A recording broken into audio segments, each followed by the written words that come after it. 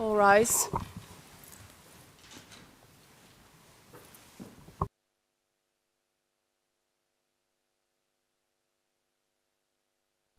The Kosovo Specialist Chambers is now in session.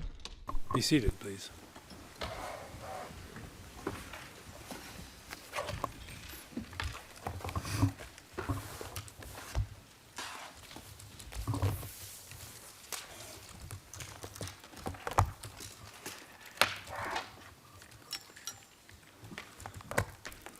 Madam Court Officer, please call the case. Good morning, Your Honors. This is case KC-BC 2020-06, the Specialist Prosecutor versus Hashim Thaçi, Kadri Veseli, Recep Salimi, and Jakub Krasnić. The record will reflect that the accused are all present in court today.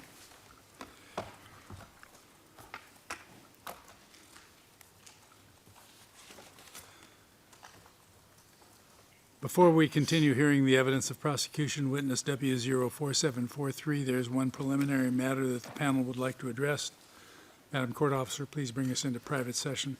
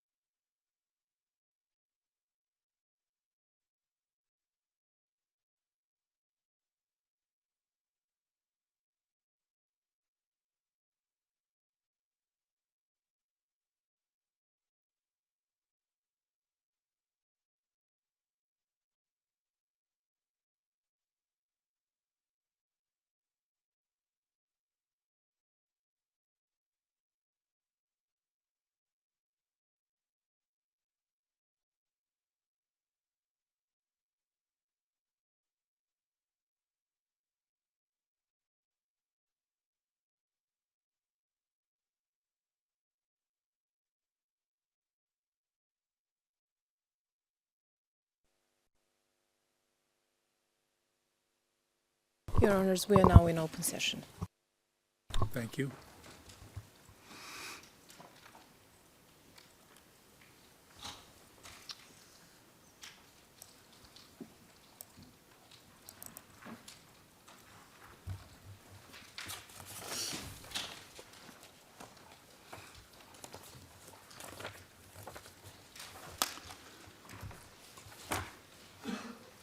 I note for the record that duty counsel for W04743 is available outside of the courtroom should W04743 want to request his advice. However, we have been advised that there could be a short delay in the event that that is necessary. Good morning, witness. Good morning. I remind you to please try to answer the questions clearly with short sentences.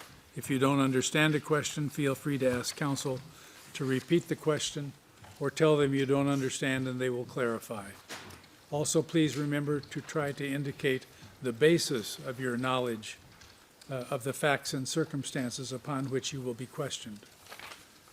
I remind you that you are still under an obligation to tell the truth as stated by you in your solemn declaration. I also remind you that the assurances provided to you on Monday by the panel, namely that any response provided to relevant questions will not be used either directly or indirectly against you in any subsequent prosecution before the specialist chambers, except under Article 115, Paragraph 2 of the law and Rule 65, are still applicable, and that refusal to give testimony may be sanctioned with the imposition of a fine. Please also remember to speak into the microphone and wait 5 seconds before answering a question, and then speak at a slow pace for the interpreters to catch up. If you feel the need to take a break, please make an indication and an accommodation will be made. We continue now with the questions from the Salimi defense. Please give them your attention. Mr. Roberts, you have the floor. Thank you, Your Honour, and good morning, Mr. Krasniqi.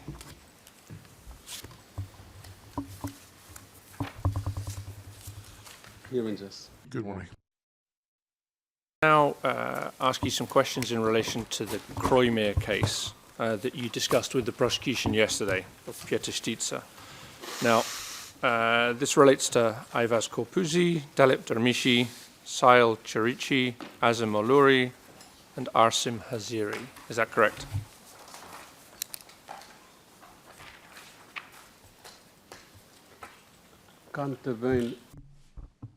It's 5 people altogether. Those 5 people that I mentioned, albeit with my limited pronunciation.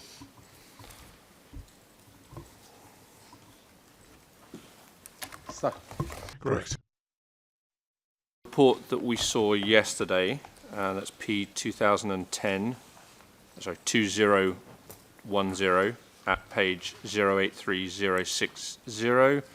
3 of these individuals reported to the military police in Klečka at 3 o'clock on the 30th of April 1999, and then they were disarmed. That's right, isn't it?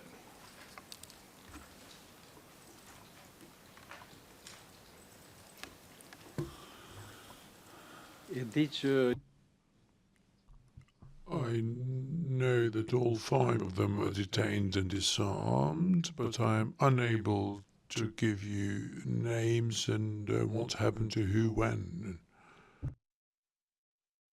Now, after this point, you went to look, or you told the SPO that you went to look for Sokol de Bruyne, but instead of finding him, you found Recep Salimi. Is that right? That's what you told the SPO, and that's P2007.4. So that's part 4 of your interview, page 12.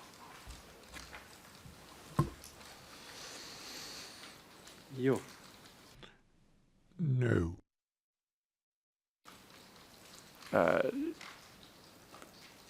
You didn't find Recep Salimi?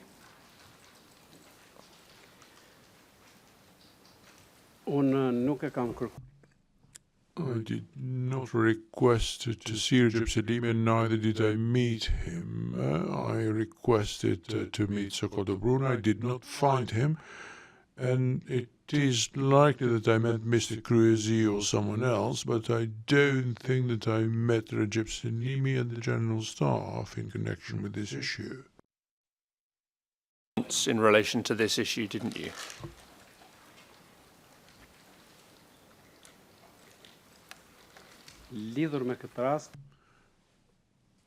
Yes, I only met once in connection with this issue, as I clarified it, and that happened during the confrontation that we had with the detained people. Put on screen P2019, which is the handwritten notes that you were shown yesterday.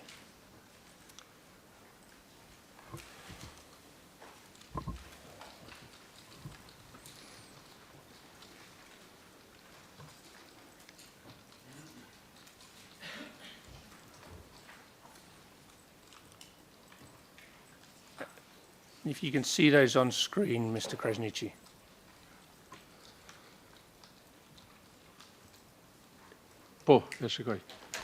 I do see it.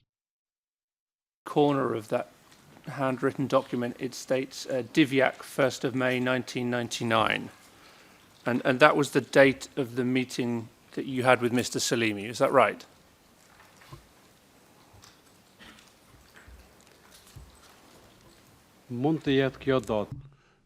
It may well be this date, but I cannot be certain about the date of our meeting. If I'm allowed to add, though, the meeting happened on the day of the release of the detainees.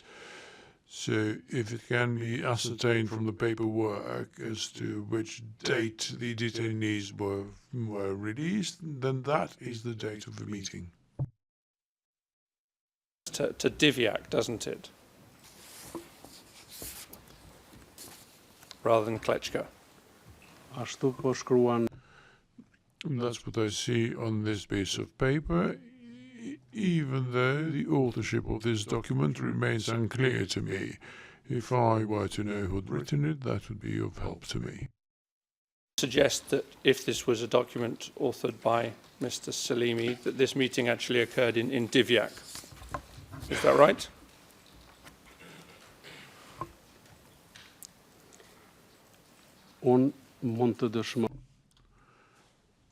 I can testify here about where the meeting occurred and not what's written on this document. If we were to look at this document, it is correct that it says Divjak.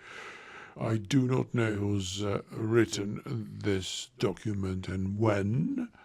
All I can tell you here is my truth. However, by reference to the document that you're making, one can see that it is correct. Divjak is written there.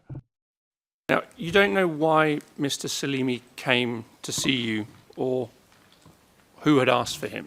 That's what you told the SBO in P2007.4, pages 13 to 14. Is that right?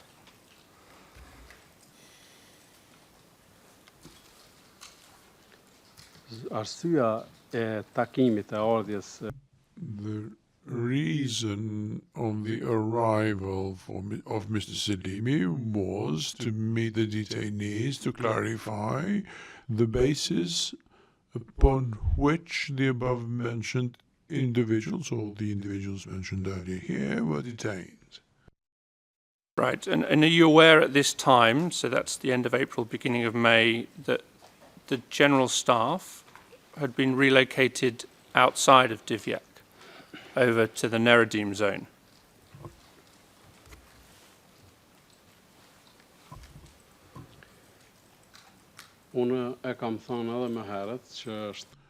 As I stated earlier, the general staff and all the other units were on the move during the war because of the all kinds of circumstances. However, the general headquarters of the general headquarters remained at Divjak. So I do not know how many of the members of the general staff or who stayed in Divjak, but I know that some of them did remain in Divjak, including Mr. Salimi. Was one of the only ones who remained there. Is that consistent with your recollection? If not the only one who remained in Divjak at the time?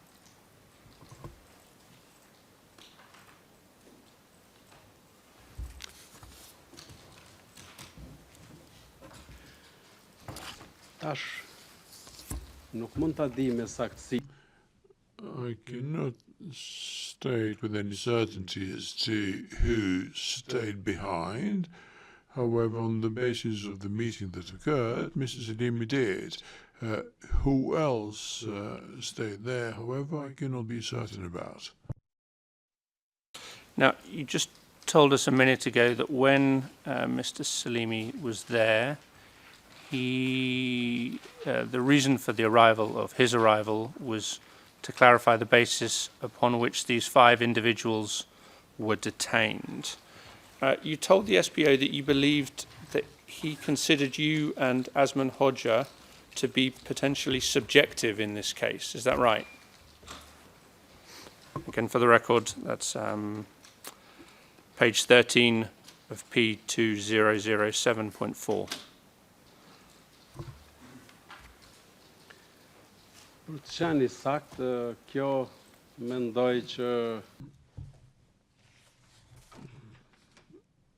I think that he dealt only with me, to be frank, and not Asman Hoxha, because the case rested with me.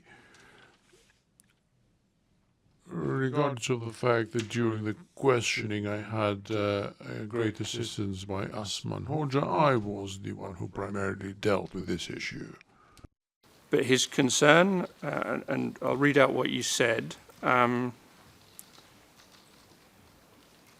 I, together with Osman Hoxha, were there present. It could have been that someone else was there, but I don't know. And he asked about the facts that we had based on... Sorry, I'm reading the wrong quote. Sorry, just before that. And Mr. Salimi is supposedly thinking that we were being subjective. And that's what you told to the SPO. Is that what you considered his concern to be?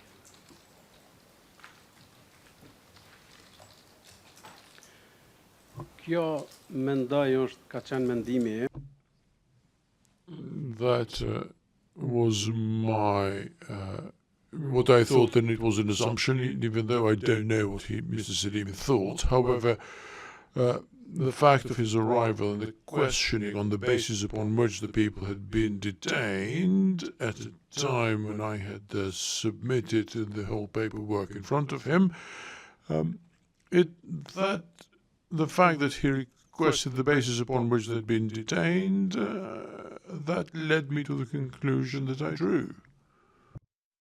Stated in the preparation session, and it's also in the documents that we saw yesterday, that one of the complainants in the case was Faik Shala. Do you recall that? He came from a village nearby, Nuchat.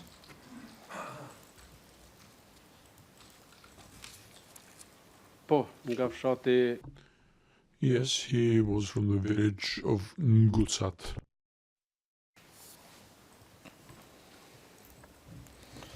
And the order that was discussed yesterday that required the suspected individuals to report to Klečka refers specifically to those individuals being involved in the beating of Faik Shala. And for the record, that's P2010 at page 083059. Do you recall that?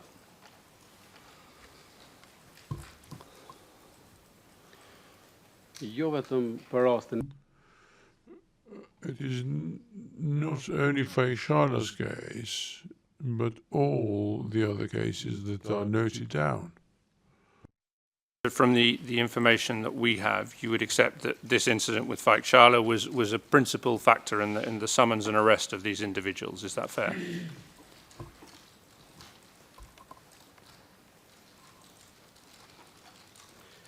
Nuk mund të them. I cannot limit it to Faik Shala's case. The cases had all been brought together, and the people were detained when evidence was found. I can't say here which of the cases was the primary one. One of the main ones was Faik Shala's. However, it is difficult for me to weigh all those cases with the elapse of time. But I can state here that it's all the cases together that led us to the decision that was taken. You said that Faik Shala's was one of the main ones. Did he have a family relationship with Haji Shala, do you recall? Is he related to Haji Shala, your brigade commander?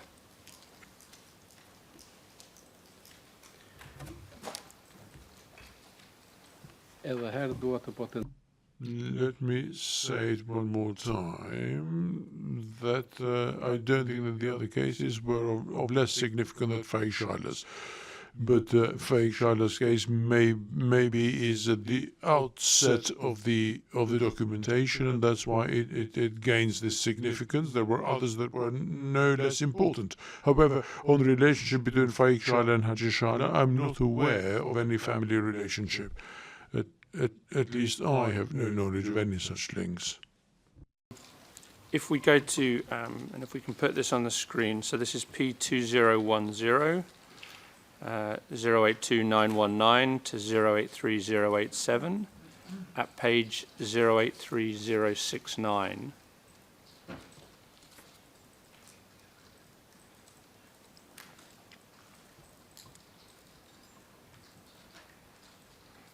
This is a statement in the case file you collected from Azam Oluri.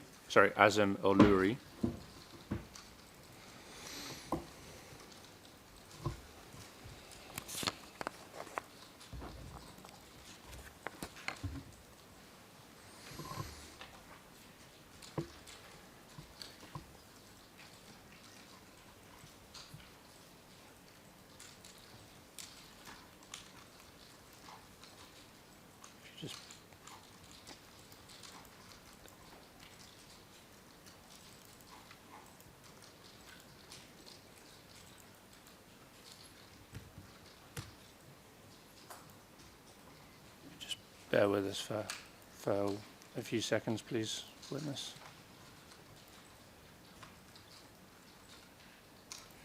Now, this is a declaration taken of Azam Oluri, one of the individuals concerned, and 2/3 of the way through the interview, he's talking about the incident with Faik Shala, and I'll just read it. Sahil Chirichi said to them, "Why didn't you come when we told you to come?" Then, without any reason, he turned to me and said, "This is none of your business. It is you who started this." Sahil said to him, "You've got no business with him. I'm asking you a question," whereas he said to me, "I have Haji here, and you will see who I am." Could you see where that was recorded in the Albanian?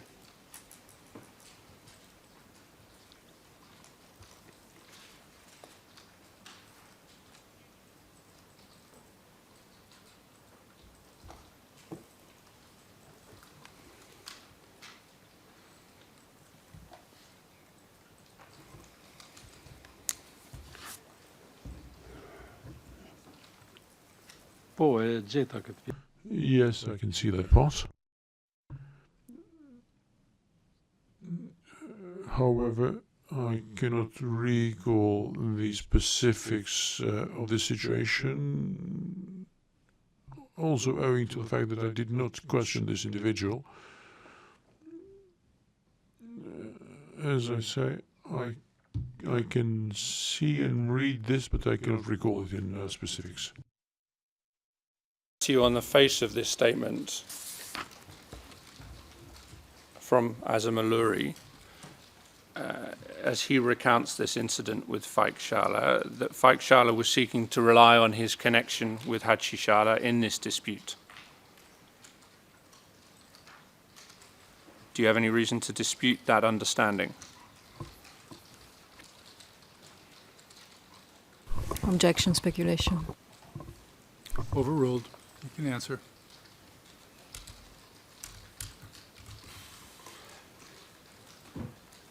Krejt çfarë mund të them unë,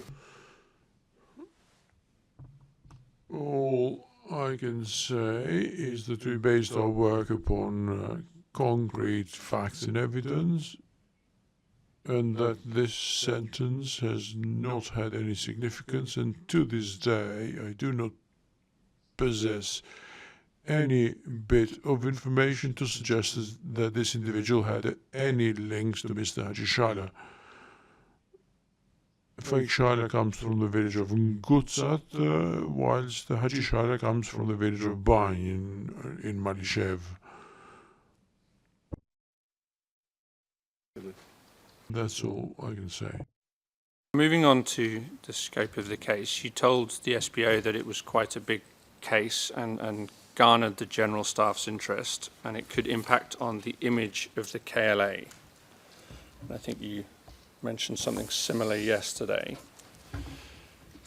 Now, referring to the handwritten notes, so if we could go back to P2019, one of the issues that seems to arise in this case was that military policemen were not reporting to higher bodies and were acting independently. Do you recall telling Mr. Salimi about these issues?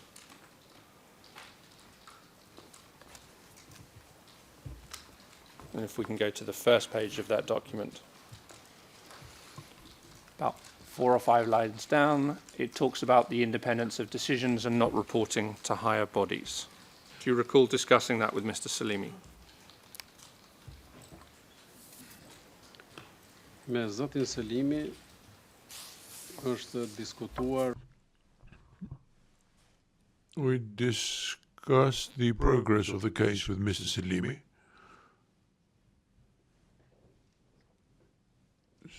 Was based on the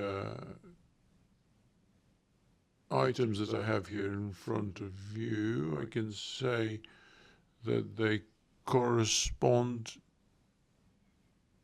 to the case, and it may be seen as a summary, as a possible summary of that particular case. In relation to these 5 individuals not reporting to higher bodies, is that fair? Yes or no, if you can.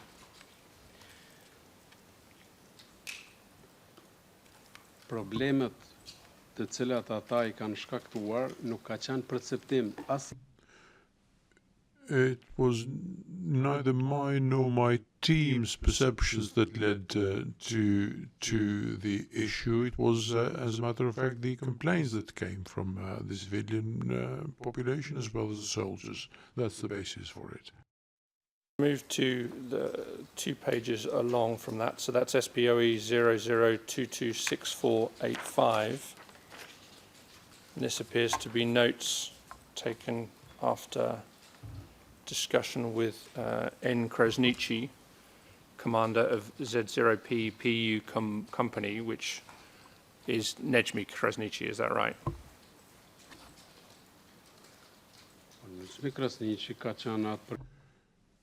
At the time, Nejmi Krasniqi was the commander of the military police in the Pashtunik operational zone. And again, there are issues there listed about not being under the chain of command and disobeying the high command. Was that consistent with your understanding of the information in the case, the evidence you collected in the case?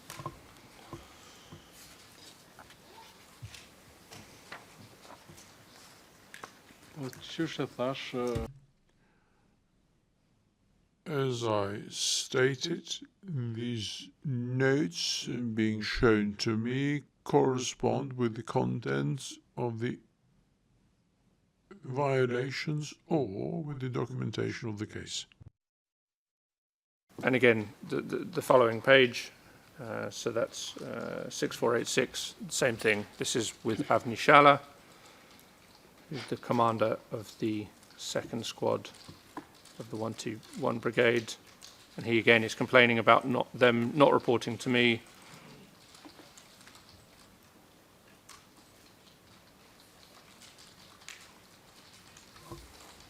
And also about the fact there are occasions when they acted without orders. Now, do you see that? Po, e shikoj vetëm. Yes, I can see it. But the document has no date, so we don't know when these notes were taken.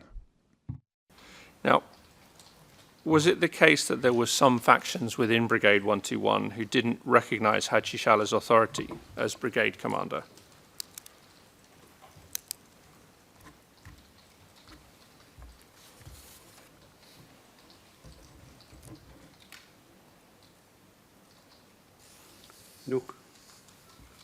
Nuk e di. I don't know.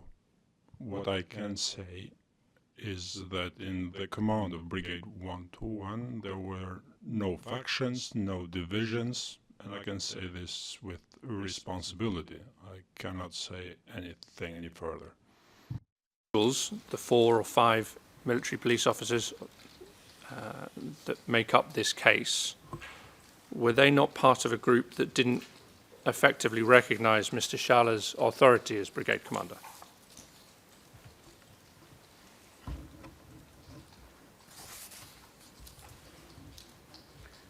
Nuk mendoj ashtu. I don't think so. I don't share the same opinion. The page of these handwritten notes ending in 6484, so I think that's back 2 pages. And this is appears to be notes of what Mr. Haji Shala has said, and I'll just read it for the record. I refer to IS records. I have contributed to overcome the shortcomings, but without success. I have drawn their attention on this matter.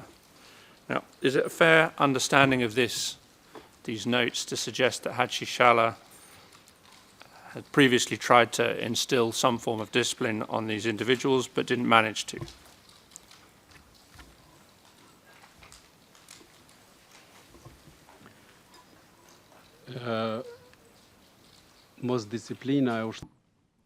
The disobedience of the soldiers in question or their violations have nothing to do with the fact on whether they like or not Haji Shala or recognize him as a commander or not. They violated the internal rules of the KLA or simply put human norms. It does recognize, or it does state in there, without success. So Mr. Shala is recognizing that he's not been able to resolve the issue. Is that right?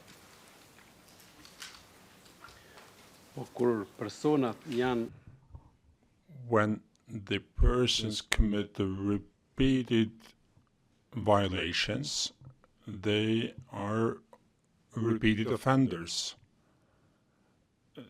These things can happen in peace times as well, not only during war.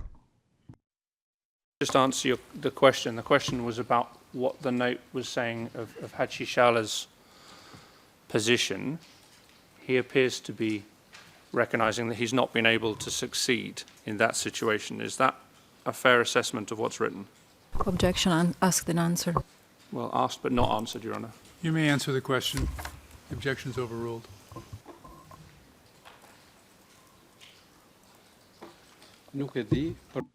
I don't know. This question should be put to Mr. Haji Shala. But the point I'm trying to make is that in these circumstances, relation to this situation, do you accept that it was that an outside individual, such as Mr. Salimi, was simply trying to act as a mediator in this situation to prevent or to resolve these issues of insubordination?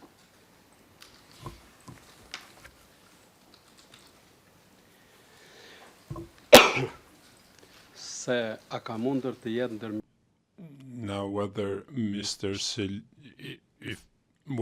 Salimi acted as a mediator between Haji Shala and other persons, I don't know that. All I know and all I can say is that I can say what I witnessed during the confrontation with these persons who were detained.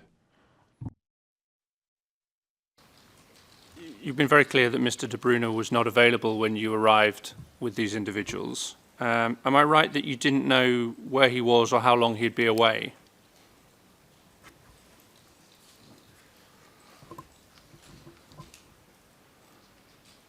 Esakt. That's correct. There was no other judge around, was there? Because Mr. De Bruyne never appointed a judge to the military court.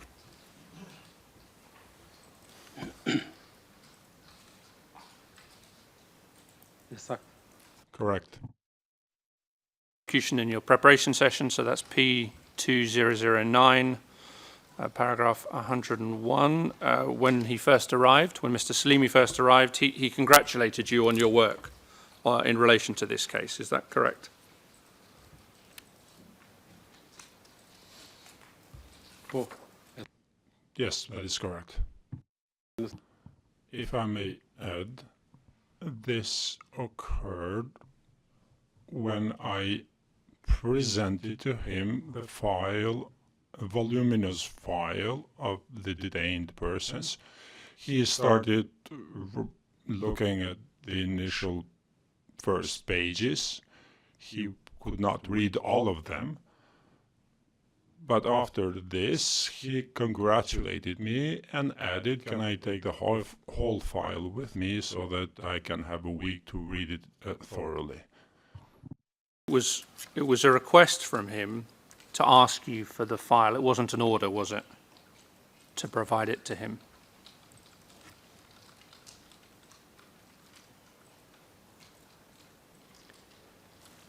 Çështja e The issue of the functioning of the structure of the KLA was not only a formal matter, but also a matter of trust. It was a matter of the responsibility, level of responsibility of the person in question, in this case mine. So the person who trusted the structure complied with it, regardless of the fact whether it was an order or a request. He asked for this kindly, politely. However, whoever would have asked for the file, I would have given that file to that person because of the trust in the structure. Confrontation, I think, in the preparation note, that's not consistent with the tone of this discussion or you had with Mr. Salimi, is it?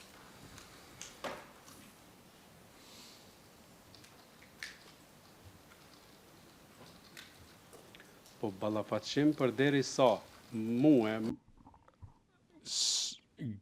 Since I had to bring up for discussion the reasons for detaining these persons, the violations, the purpose, then they were given the opportunity to speak, and they claimed to be innocent. So they also took part in the conversation. What I mean is it wasn't an aggressive situation, or it wasn't confrontational. It was seeking information on what the status of the case was from Mr. Salimi.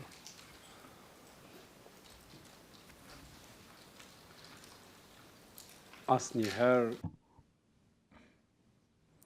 Never, in no conversation, I have been or witnessed any aggressive behavior.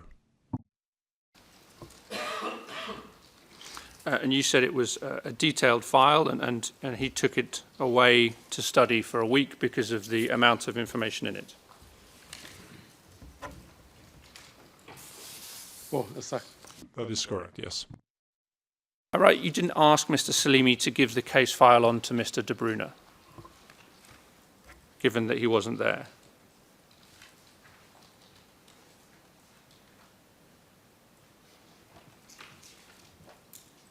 Asnjë lloj kërkese I did not make any request to Mr. Salim in relation to anything. duat What I would like to add, with your permission, Your Honors, I hold in high esteem Mr. Salimi for his contribution to the liberty and statehood of Kosovo in the context and the circumstances at the time, Mr. Selimi might have undertaken the right course of action to release the detainees. I am not here to assess this. I am here to testify and give accurate information for what I have seen, witnessed, or what I know. My responsibility is to give a clear, accurate evidence about what happened, but not to assess actions. Again, he might have taken the right action. We were the persons who detained those individuals, not Mr. Selimi. Mr. Selimi was the one who released them. Said he released them. There was never a specific written decision that we've seen releasing them, was there? Jo. No.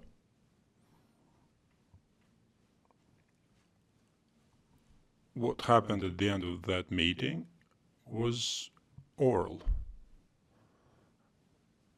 In other words, their release was done orally. They are to be released, and then the staff from the detention center released them. And am I right that you didn't object to this request for them to be released?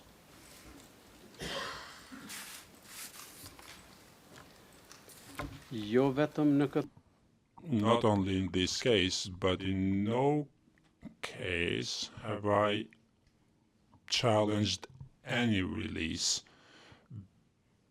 because I had no interest in it. In this case, I know because this happened in our presence, but with respect to other cases, I don't even know when the detainees were released because this was not within my powers. In other words, it was not part of my functions to challenge such decisions. And in addition to that, I don't think it would be the proper way for a person at a lower position to challenge the decision of someone who's at a higher position. And again, in those circumstances, I thought he was doing the right thing.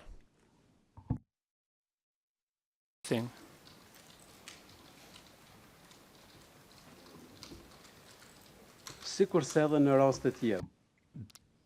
Just like in other cases, just like when Akim Ceku sentenced a soldier to 25 days of imprisonment, other cases such as that of Blerim Kuçi, who was detained and then released, these were matters dealt by other mechanisms.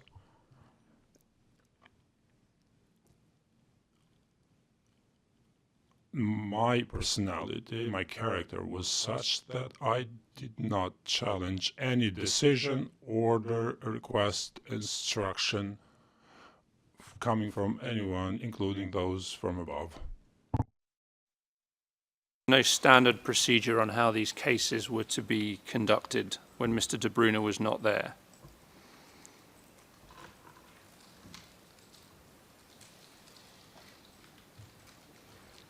Is that right? This is a provisional transcript, page 114, yesterday.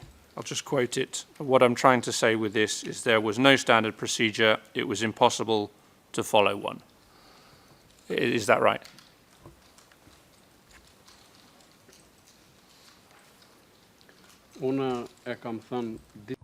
I have said this on many occasions, that we did not have written clear procedures as to how to proceed with these cases, with the exception of the instructions I received from Mr. De Bruyne. There's no written procedure. You can't know, or you can't say for sure, that Mr. Selimi was aware what procedure should be followed.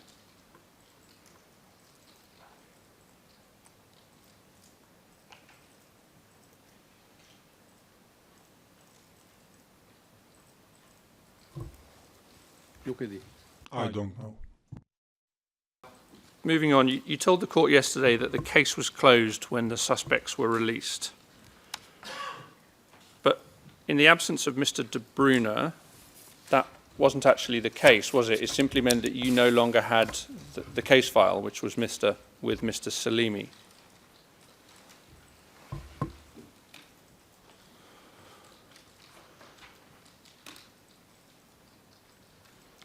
Kjo çështje për mua dhe për For me and my team, this case was as a criminal case.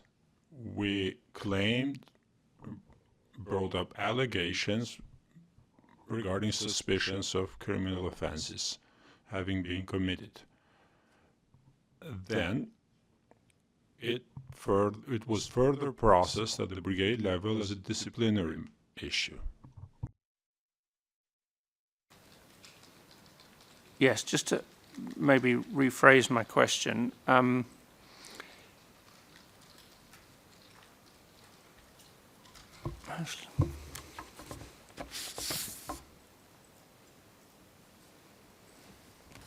Mr. De Bruyne was not involved, obviously, in this decision.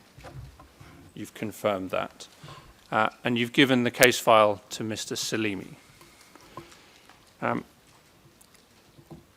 You cannot definitively say that the case was closed.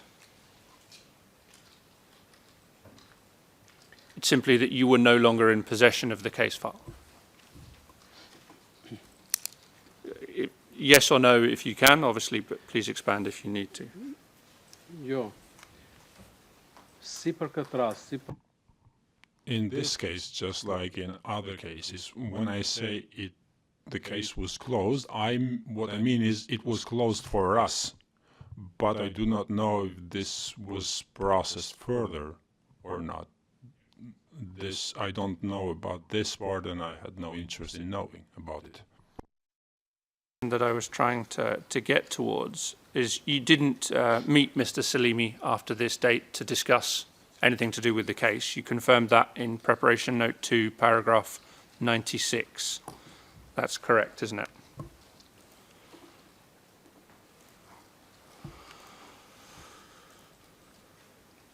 nuk ka qenë praktik e This was not my practice to get in touch in relation to a case which for me was over, finished, complete.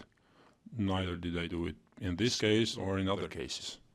So you didn't speak to Mr. Salimi afterwards, and also you didn't, to your recollection, have any discussion with Mr. De Bruyne about this case afterwards, did you, either?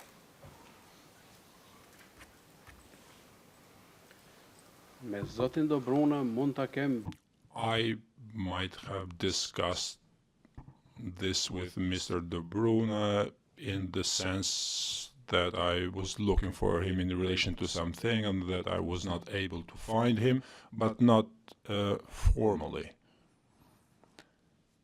And I never discussed this again with Mr. Salimi. That the case file was ultimately passed on to Mr. De Bruyne, can you? You simply don't know what happened after you gave the case file over.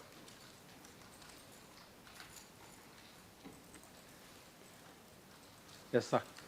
That's correct. To another case, Mr. De Bruyne had told you that during the war these were not the conditions for trial and execution of punishment, and that he would try cases in the regular courts after the war. And for the reference, that's P2007.4, pages 9 to 10. So Mr. De Bruyne had the intention to potentially try cases after the war, is that correct? Po, ka thënë se pas Yes, he said that these cases will then be transferred to regular courts after the war. But in relation to a specific case where you asked why a certain case didn't go ahead, again, that's the same reference, he told you that he didn't have the archive of the military court. Do you remember telling the SPA that? kjo ka ndodhur pas This occurred after the war, not during the war. Again, can't exclude that the case file was provided to Mr. De Bruno, and he decided to complete this case after the war.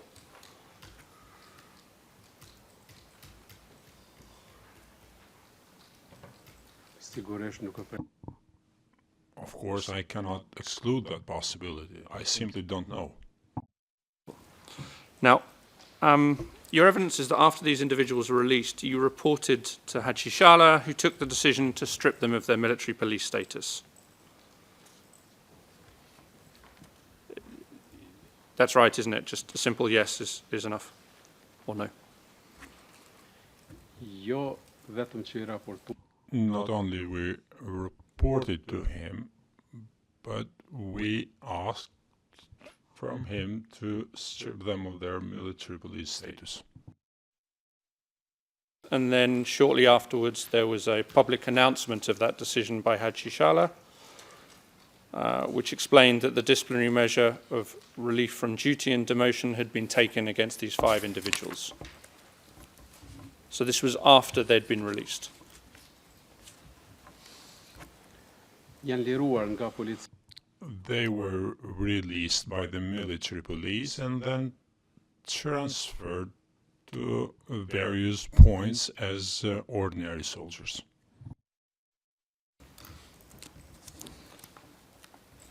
Now, your evidence from yesterday, this is provisional transcript, of the 28th of January, page 66, was that you stopped treating the case then as a criminal allegation once the individuals were released, but instead as a disciplinary allegation. Do you remember saying that in court? Po, then Yes, the decisions taken in relation to the persons in question were taken based on the competencies of the internal regulation on disciplinary violations. Different from what you'd said in your preparation session, so that's paragraph 101, which is when you stated that upon being asked if you continued to investigate the case after the suspects had been released, you noted that you didn't because the case with Recep Salimi, the case was with Recep Salimi, who was part of the general staff.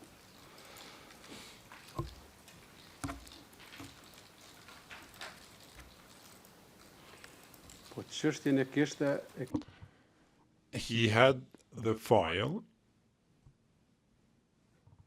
and after this, I was not interested to follow the further developments in relation to criminal suspicions. Investigations in relation to these 5 individuals, did you not? jo, nuk No, we did not carry on the investigation. We did not take any additional statement after this period of time.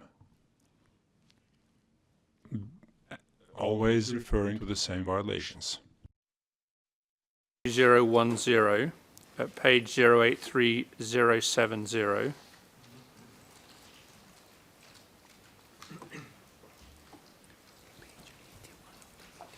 That's page 81 of the PDF.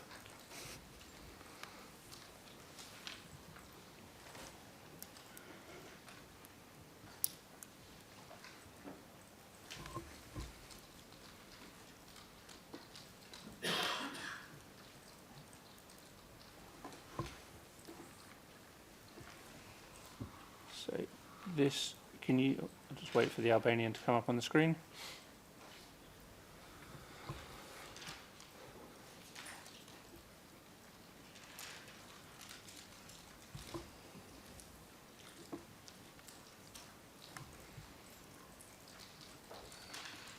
So you can see in the Albanian there, this is a statement of Faik Shala again, and this is dated 2 May 1999. So this is after the individuals had been released, isn't it? kush e ka nënshkruar këtë Who signed this document, please, because I cannot see the signature. If we can scroll down to the bottom, or possibly to the following page, I think. And scroll to the bottom of that.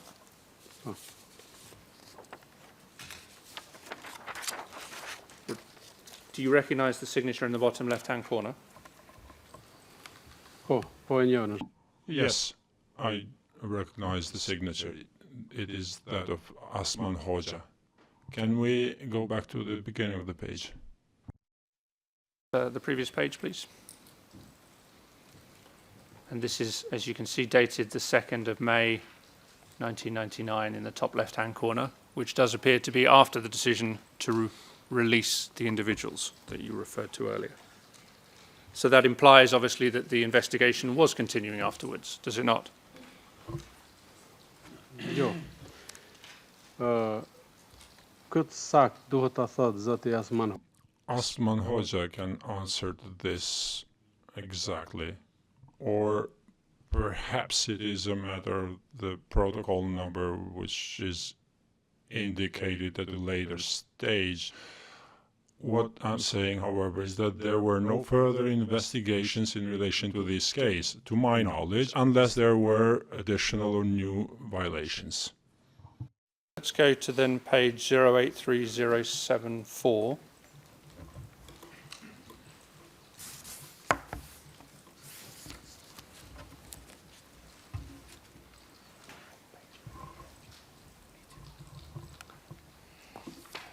Again, this is another statement taken in relation to this investigation. And if you look at the date in the top left-hand corner, again, that's 6 May 1999. Do you see that in the top left-hand corner of that document? Po, Yes. If I can please see the signature block. Bottom, do you recognize the signature at the bottom of that document? po, e Yes. This is not my signature. Top left of the document, in both English. It is the military police who are continuing to carry out that investigation. So, am I correct in understanding that your evidence is simply that you individually did not continue carrying out the investigation in this case? unë dhe brigada I and Brigade 1-1, I don't think that we conducted any further investigations. I haven't personally, but I'm not aware of any from the brigade having done so either. Hoxha, which was within your brigade, continuing the investigation after their release.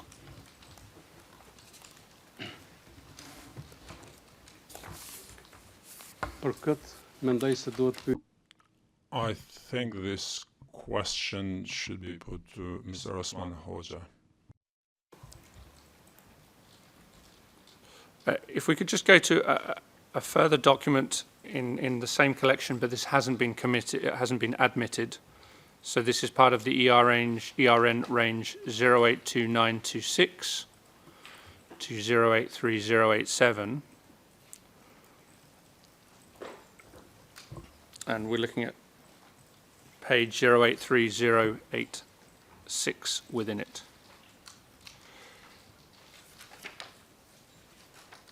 Your Honours, I'm about 5 minutes away from ending, so possibly if we could just delay the break for a few minutes just to get to the end of these questions, that would be of assistance.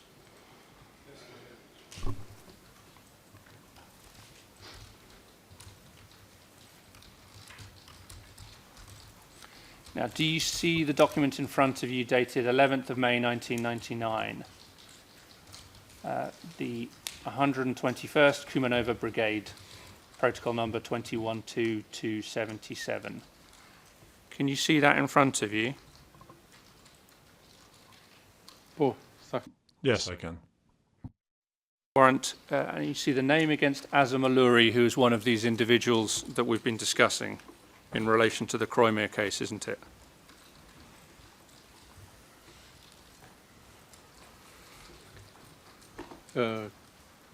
Ky dokument This document refers to the decision of the 1st of May decision to transfer him in another unit in the brigade.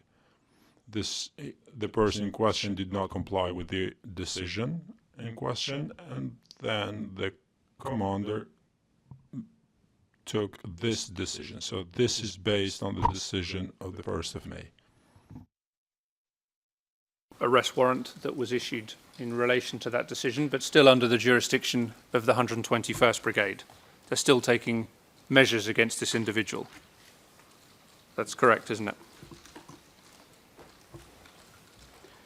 risistemimin The redeployment of all these persons was naturally done by Brigade 121 because they were members of that brigade. But for the trial panel, this arrest warrant was not executed because the person in question presented medical reports. I think, I am not certain about this, but what I want to reiterate is that this is connected to the decision of the 1st of May. Previous page as well. So 083085, again, this is not part of the admitted collection. And this is a document dated the 19th of May 1999. Again, in relation to Dalip Dermishi, one of the individuals who was earlier released, about how his weapon had been confiscated. Do you see that in front of you? po Yes. The military police continuing to take measures against these individuals after their release by Mr. Salimi.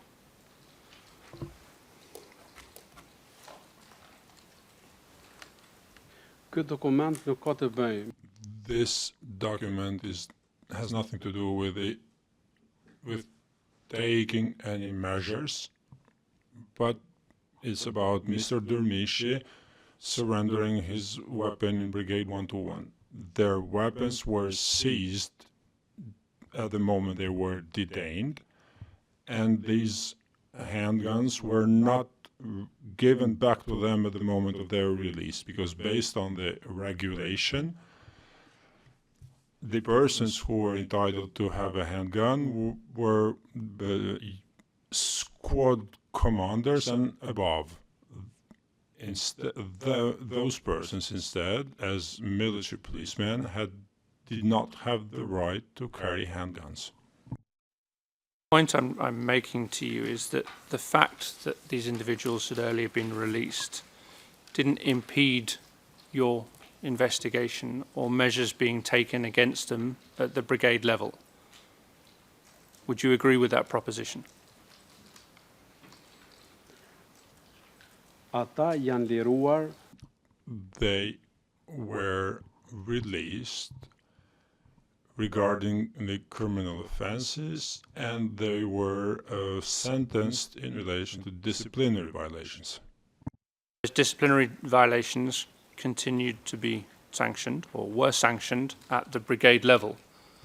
So the effect of their release didn't prevent those disciplinary measures in any way. You agree with that, don't you?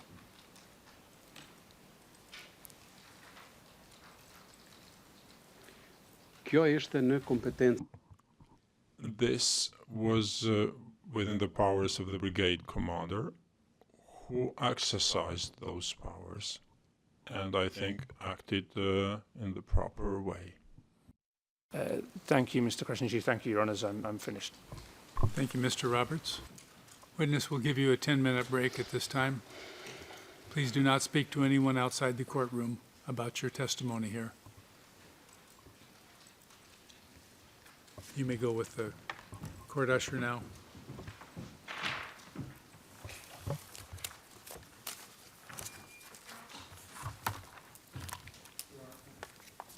Apologies, Your Honour, if I could just tender those last two pages that I used, whether they're... Any objection to those 2 pages? I believe it's 083086 and 083085. That's correct, Your Honor. They are yes. both admitted and will be granted. Thank you, Perhaps Your one Honor. number for the two. I would propose that these are added to the exhibit P02010, Okay. together with the remaining pages that were admitted yesterday. No objection from us, Your Honor. Thank you. That's fine. Thank you. So we're adjourned for 10 minutes. All rise.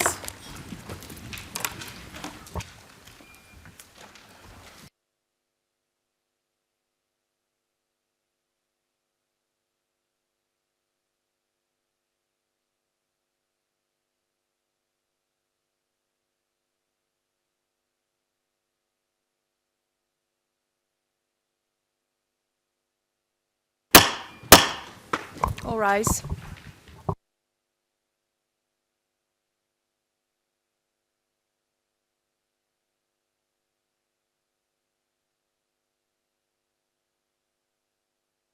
Be seated.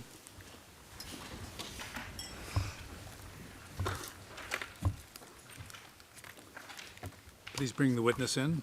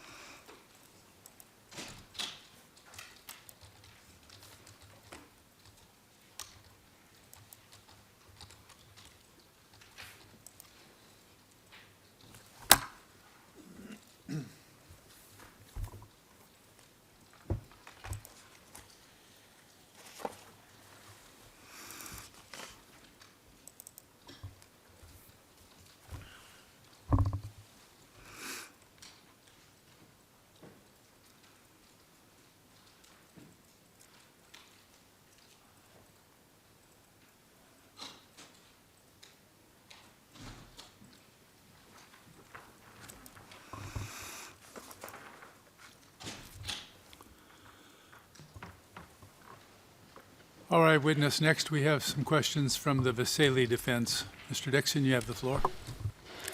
Thank you, Your Honours. Good morning, Mr. Krasniqi. My name is Rodney Dixon.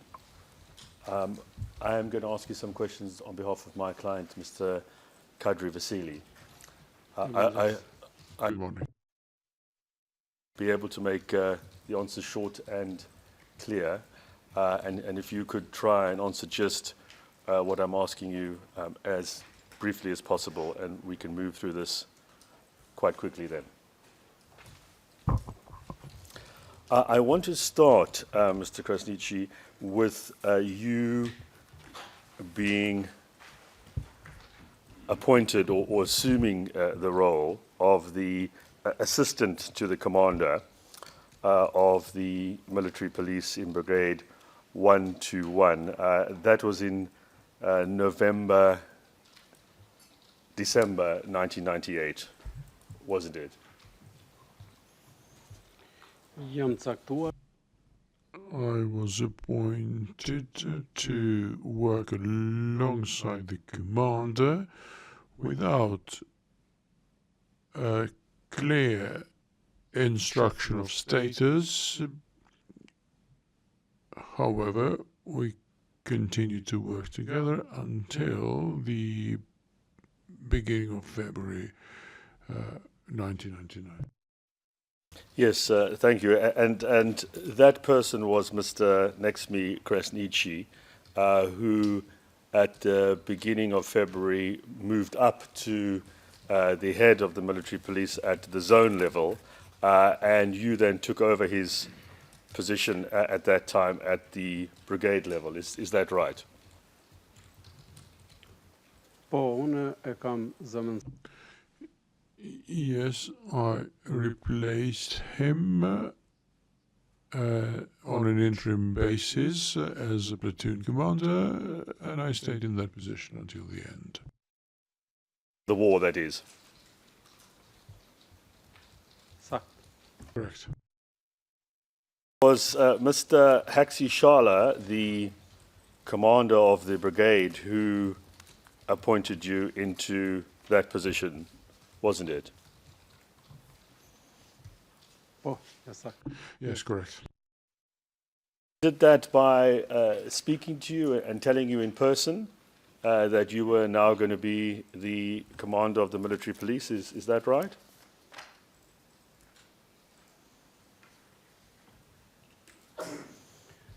Për të qenë më i qartë, To be clear, I hesitated in accepting this task, and that's why I worked in an acting capacity.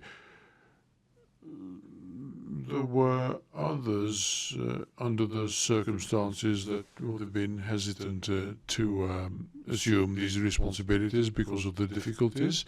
This was, however, given to me verbally, orally, and there was nothing in writing. Let me add, forgive me, Counsel,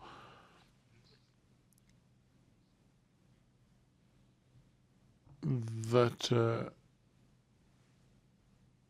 this would have taken the formality when it was done at the brigade level.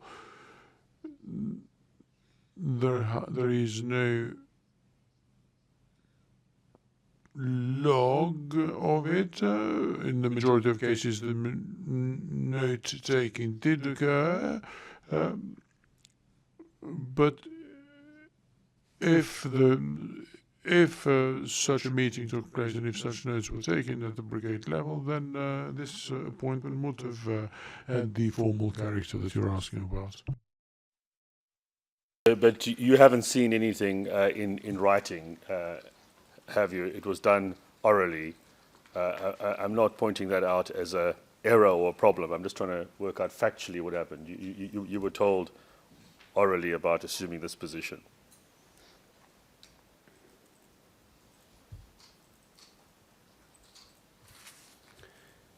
edhe herë po përsëris. Let me repeat. The appointment was either communicated to me orally or is part of the notes of any meeting at the brigade level. I just cannot be more specific than this. Thank you. In February or March then, 1999, moving ahead, you were similarly appointed by Mr. Shala, the brigade commander, to become the commander of ZKZ in the brigade. Is that right?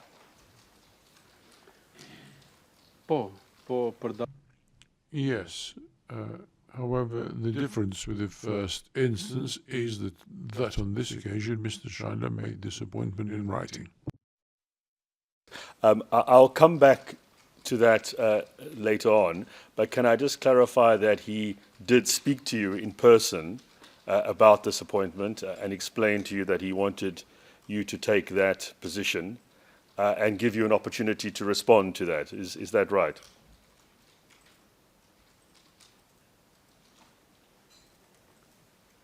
Sa I përket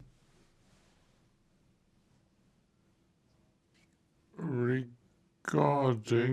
the appointment of myself to the ZKZ sector by Mr. Shala, I do not recall having discussed this in advance. It's only that the appointment that was given to me is the one that I accepted. Yes, so you had no prior discussions with him, but he told you that you were going to take up this position and you accepted. Is that a fair summary? Could we have a citation for this? I'm asking the witness to recall what he remembers. Overruled. Go ahead. If you know, answer.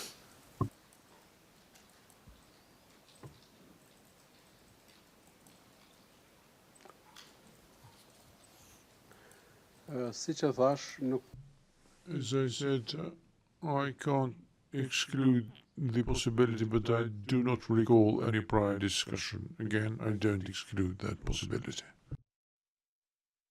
A reference P02006.3 at page 7, where the witness talks about being appointed in 1999 by Mr. Shala. Can I then ask you, if you remember at the time when you assumed this position, the ZKZ commander, you weren't taking over from anybody who was in that position already. Is that how you remember it?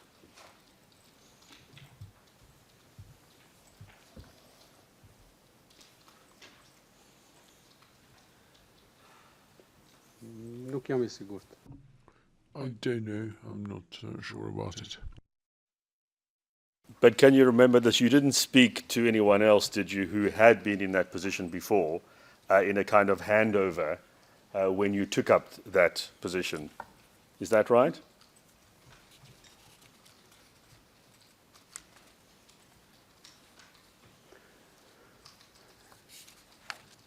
Nëse mendoni të ketë pasur një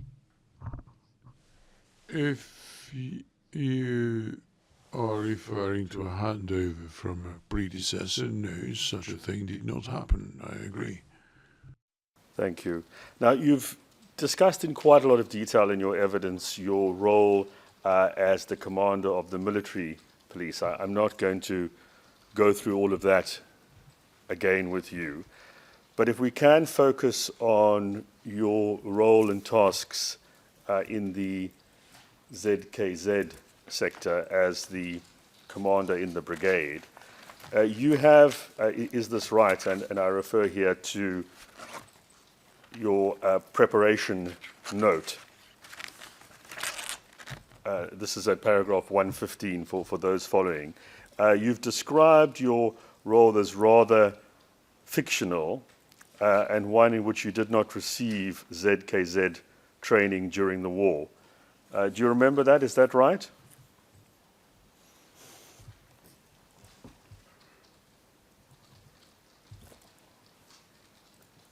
po, esakt.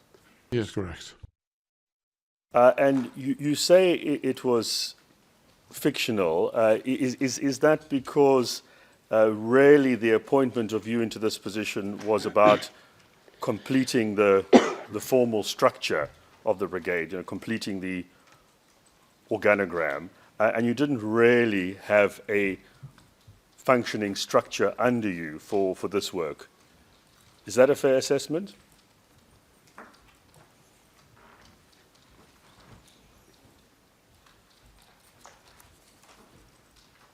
Po, Yes. No training during the war in ZKZ work. That only came later for civilian intelligence after the war. Is that right?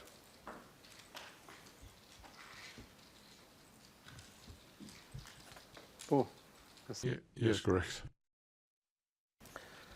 And in relation to your work in intelligence, I'm going to cite to you something that you said to the SBO in your interview. I'll go through it slowly. There's no need to call it up.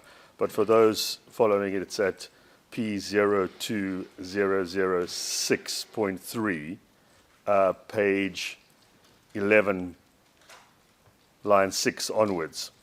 Mr. Krasniqi, you said this when you were asked about your role. Look, the duty of any intelligence service is gathering of information. And this was, I think, more as a description in the KLA organogram then. There were any capacities for any genuine action. However, we tried to complete that task, that job, and if we had received any information, we would transfer it. But as far as I remember, we didn't receive any important information. This was perhaps to give that information, as to give us information as to how our soldiers were behaving in conformity with regards to the discipline, and it was almost impossible getting any information from the enemy. This was impossible. For the time that I was there, I could say that this was the sector that with very limited possibilities. You can see that there on your screen. Do you recall saying that to the SPO? Në ekran nuk e kam të par. I don't have it on the screen before me, but I do remember having said that. The transcript, but I apologize. But you've answered anyway, thank you. Just to have one or two follow-up questions about that evidence. When you say you had limited possibilities, does that mean that in reality you couldn't really carry out intelligence work while you were in that position during the war? Unë mendoj që e kam thënë në një I think I said that it is beyond the limited capabilities. And I said that with the exception of some information that came from Mr. Baftiu, were those to be set aside, then this post that I had within Brigade 121 would be nothing but fictional.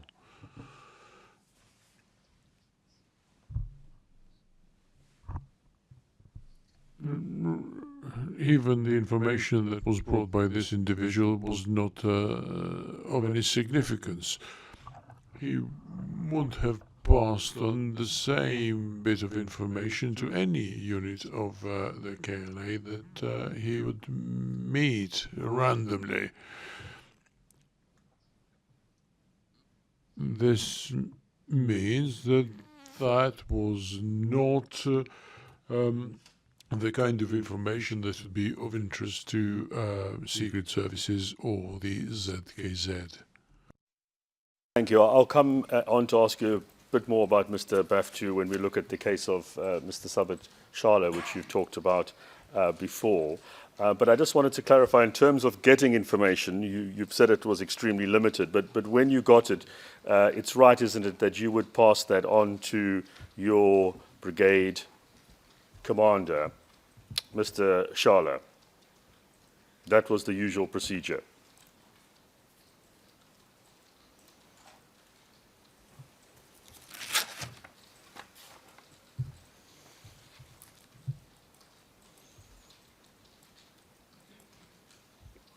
po. Yes. Pass it on any higher up. It would simply go to your brigade commander. Is that right?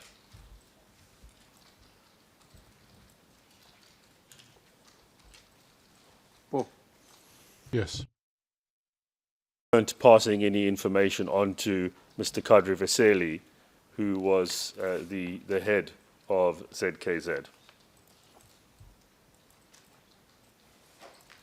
Pajtuam. I agree. Then also look at one part of your preparation note. That's paragraph 112 for those who are following.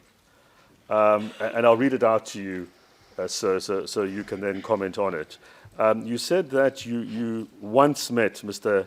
Halil Kadraku by accident in Terpizi or Thaçi during the war.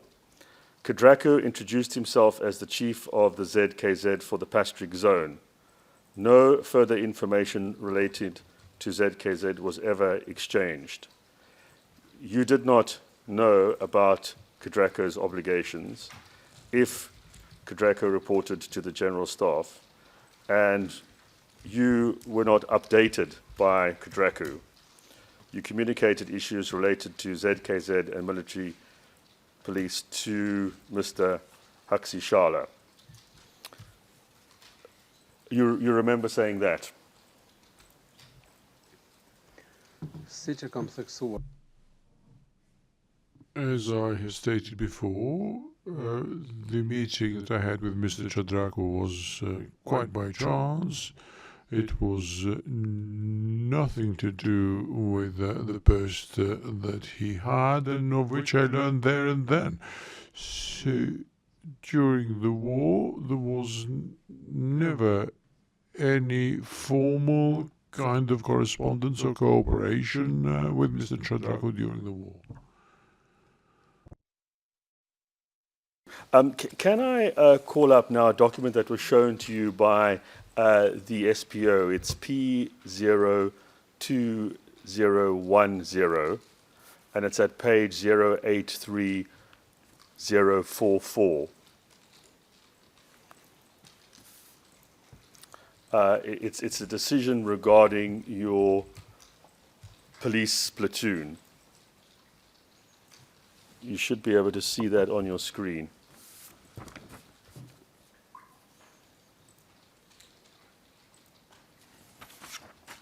Nuk kam vendim para vetë.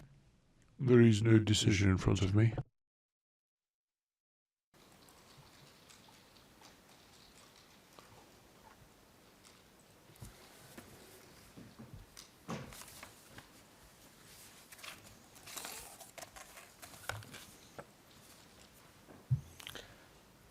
You asked questions about this decision yesterday. I don't want to go over those again, but I wanted to confirm with you that it's right that in your position as ZKZ commander, you never ever issued a similar decision like this, instructing people to do various tasks for you. Is that right?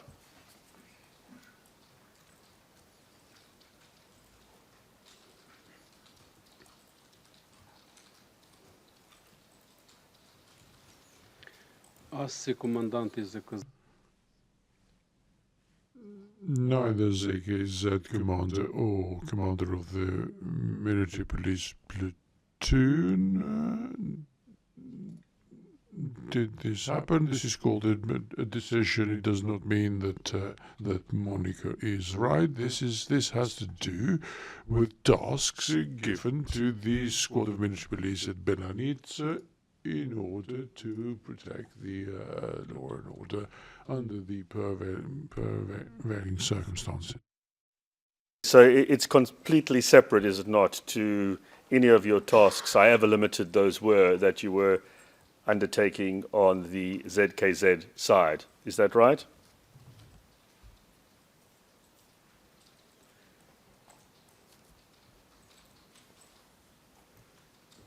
Esatto. Yes, correct.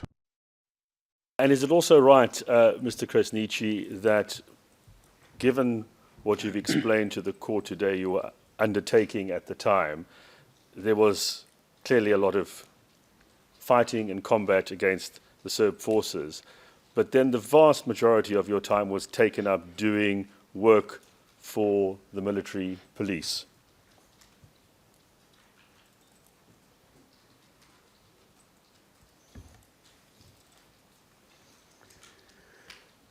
Fillimisht koha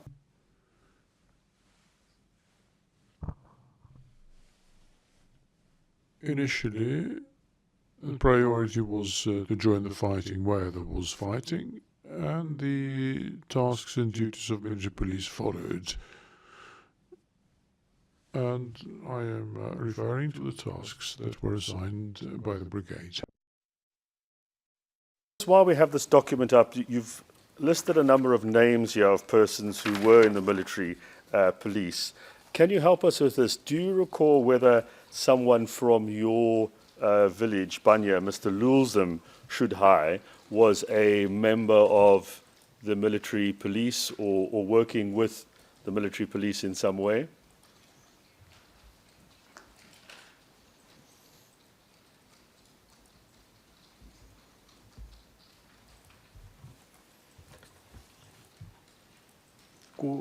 ku po e lexoni? Sorry, where are you reading this? I'm not reading it in the document. I'm just noting that you've mentioned some names here, and I'm asking about another name, Mr. Luzum Shudai, if I've got the pronunciation correct. Is he somebody you worked with in the military police or knew of?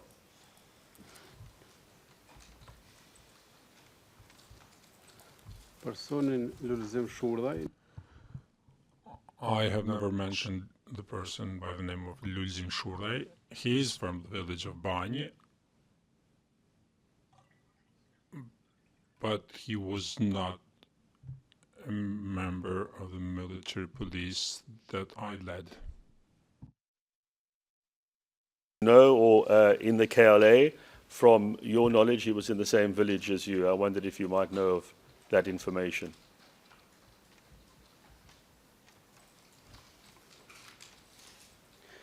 Unë para që sa mbaj mend, From what I can remember, Mr. Lulzim Shurdaj was in the KLA until the end of the first offensive, or perhaps shortly after the first offensive, and then he left the country. I don't know the circumstances in which he left the country, but he did not rejoin the KLA. With respect to his tasks and duties until the moment he left the KLA, I do not know them. Ask some questions now about alleged collaborators, because this was a topic touched on by the SPO with you. You have said in your interviews to the SPO that when you were asked about this, and I'll quote it again for those following, it's page 0, so it's P02007.4 from page 1, line 20 onwards. And I'll read it again and then ask you some questions about it, sir. You said, I think I elaborated this a little bit yesterday, that this field was completely unknown for us. There was no material that we could refer to the capabilities in order for us to receive any important information was missing. But if you're referring to the conditions and circumstances of that time, if someone wanted to transmit any information to the KLA, it was easier to transmit that information to a soldier of the KLA or to a military policeman rather than to the ZKZ. Do you remember saying that?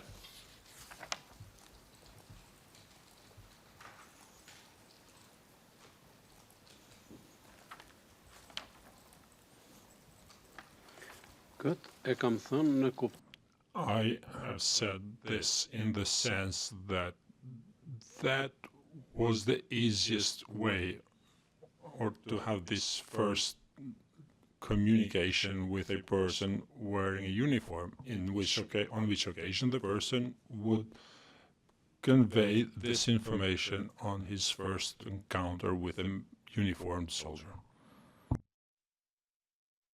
If persons had information that could have been passed on whether to the ZKZ or without the ZKZ. That's over the page for those following. Do you remember saying that? Yes, that's correct.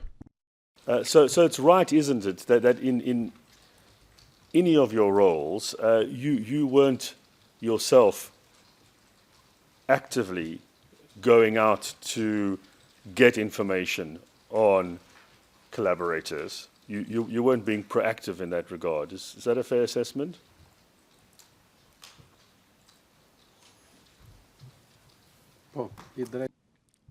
That is a fair and accurate assessment.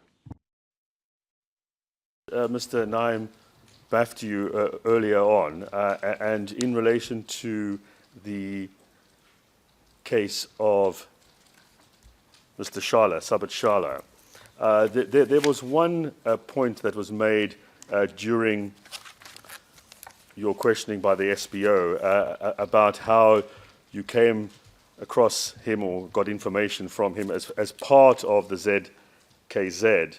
You might remember I stood up when that was said. I wanted to read the full passage to you so you could comment on that.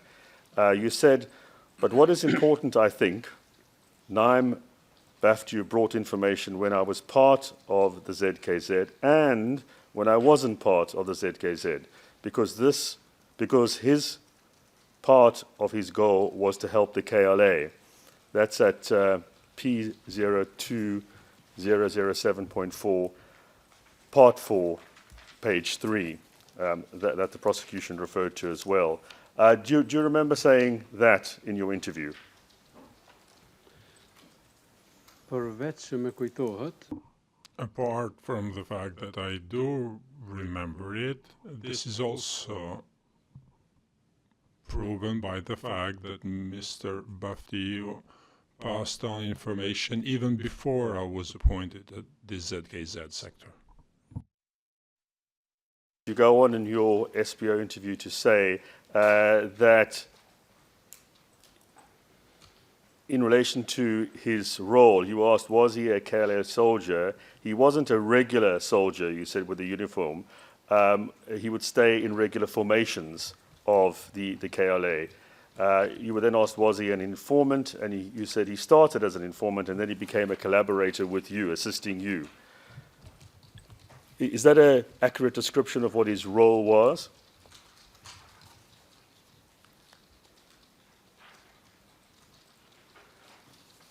mund të them se është filluar I can say that he started off as an informant, then he became a regular associate, collaborator, and until the end of the war, he also was given the status of a KLA soldier.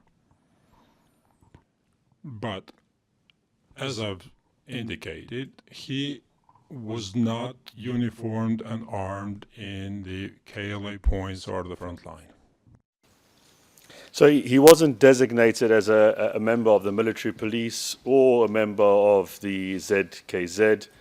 He was really a freelance associate who helped you get information from time to time. Is that right? nuk ka pasur ndonjë He did not have any formal appointment. He assisted the KLA just like others did, be that from Switzerland or other countries.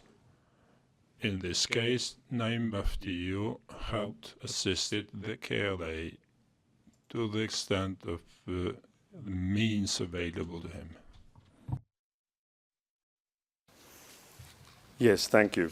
And in relation to the arrest of Mr. Sabit Shala, we've looked at this quite extensively.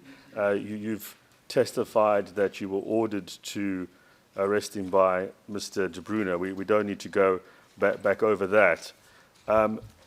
But it's right, isn't it, that in relation to this particular arrest, you said the following to the SBO, and I'm going to just read that out again. For those following, it's P02007.4, page 4, line 18 onwards, and in the particular line is line 22.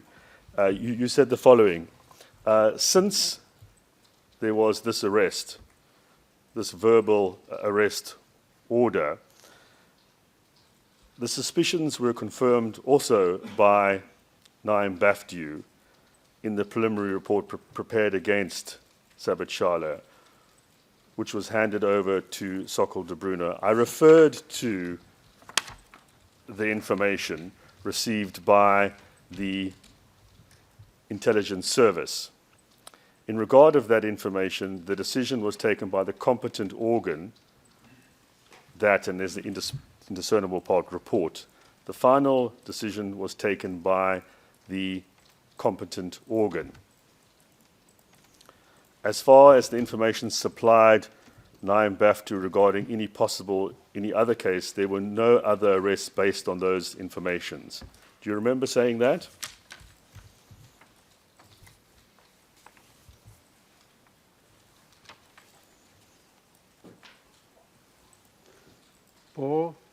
Yes, but I need to clarify a matter. First of all, the period of time we're talking about, there was no de facto intelligence service in place. This was based on the information passed on by Baftiu, who had been a collaborator even before my arrival and my appointment there. And instead of pointing out that this information came from a collaborator, we said this was an information provided by the intelligence service, where there was no one in place. But when the brigade refers to the intelligence service, this is a contradictory information because there was no such service in place at the time. I have said this on other occasions, that on numerous occasions the terminology used might have been wrong, but we had to extract the purpose from the context. We were not necessarily professionally trained people in the respective field and in the given circumstances at the time. God, can we call up so you can look at the document? 2D00020.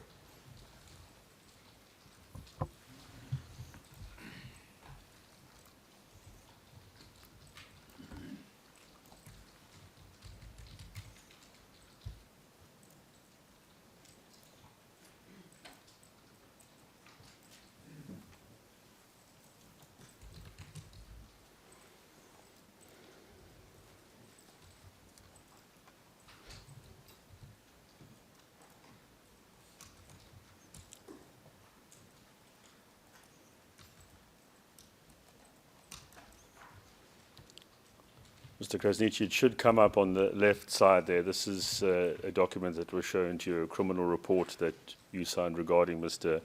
Shala.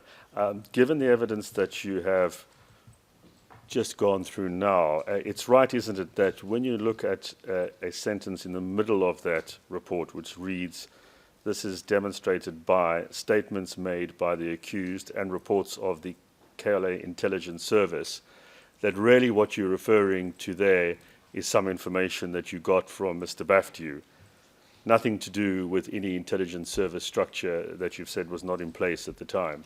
Is that correct?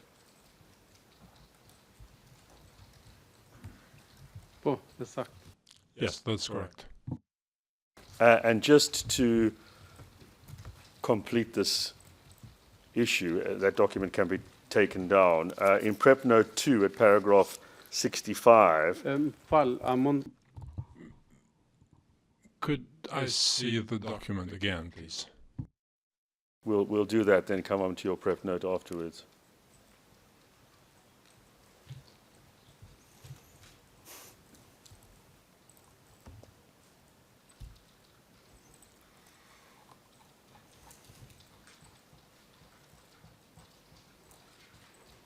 Is there something else you wanted to say in relation to my question? Yes. This case, as you can see from the date, occurred after my appointment at the ZKZ sector. This is what I wanted to confirm and clarify. Yes, it's the 20th of March, 1999 is the relevant date. Precisely. Thank you. That document can be taken down. And just to go then to your Prep Note, paragraph 65 for those following, you said, and I just wanted to check that this was correct, you said that the information that you received from Mr. Baftiu was information that was taken into account for the arrest of Mr. Shala, but you said, but he would have arrested, this is you would have arrested Shala irrespective of the information he had received from Baftiu, because De Bruyne had issued an order to arrest him and had given you reasons for that arrest. That's right, isn't it?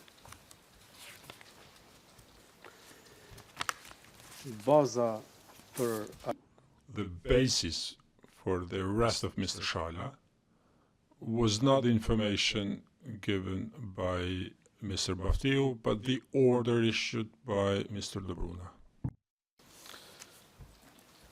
Thank you. And in that regard, if I can, just before the break, Your Honours, take you, Mr. Krasniqi, to a document that was shown to you by the SPO, but which they didn't seek to admit into evidence, which His Honour Judge Metro asked about, and that is the document SPO E00226490 in English with the original in Albanian. If that could be put up, please.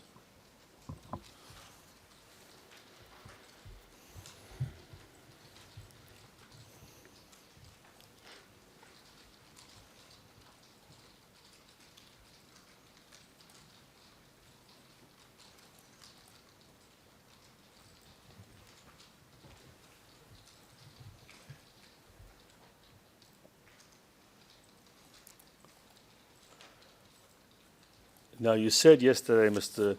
Krasniqi, that you hadn't seen this document before, but you believed it was issued by Mr. Sokol de Bruyne. We see the date here, December of 1998, the 19th. Do you see that there? Po, nëse nuk Yes, if I'm not mistaken, I must have seen this document for the first time in the Klečka case. You think you did see it in the Klečka trial that you were involved in? pikrisht. Correct. You see here it says the people in charge of KLA military police units are instructed to report arrest cases to the military court in order that the latter deals with the ascertainment of relevant facts regarding the material truth as authorized pursuant to the KLA military penal code. You said yesterday that you didn't have a code at the time. Is it right that that was in the process of being drafted, but it hadn't been finalized?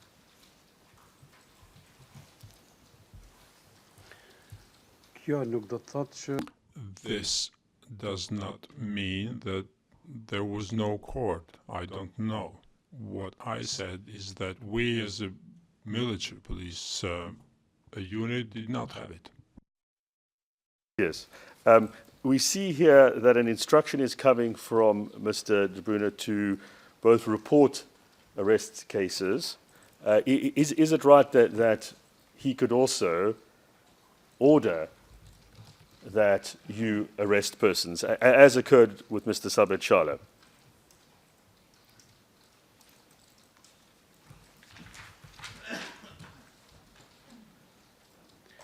si që kam cekur, As I've mentioned it, this was the only case in which he ordered. It did not happen in other cases. Although I can say and testify here that we fully complied with these instructions, despite the fact that I did not see this particular written instruction. I received several numerous oral instructions. And is in conformity with how you recall getting instructions and acting upon them in your role as the commander of the military police. That's correct, isn't it?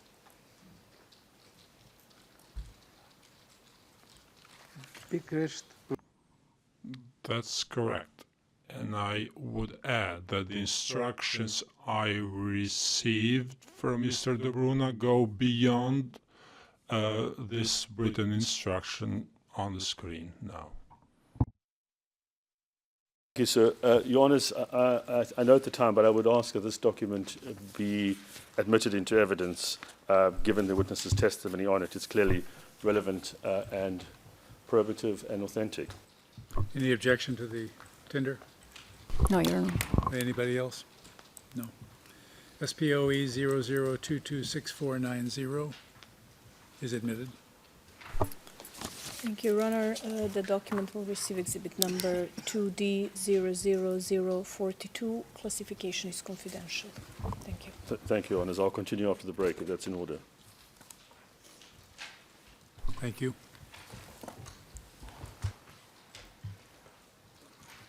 We have a half-hour break at this time, witness, just as we did yesterday. You may leave the courtroom with the court usher.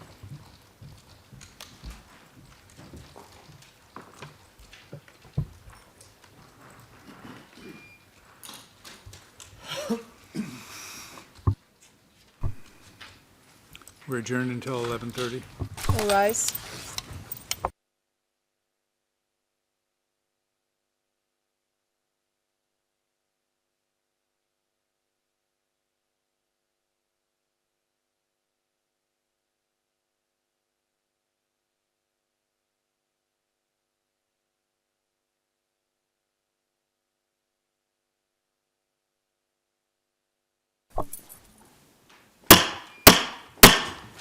All rise.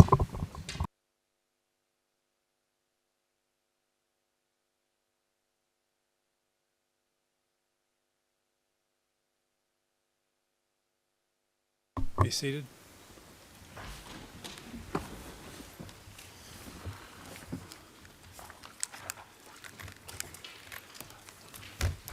Do you anticipate being finished within the hour you suggested or not?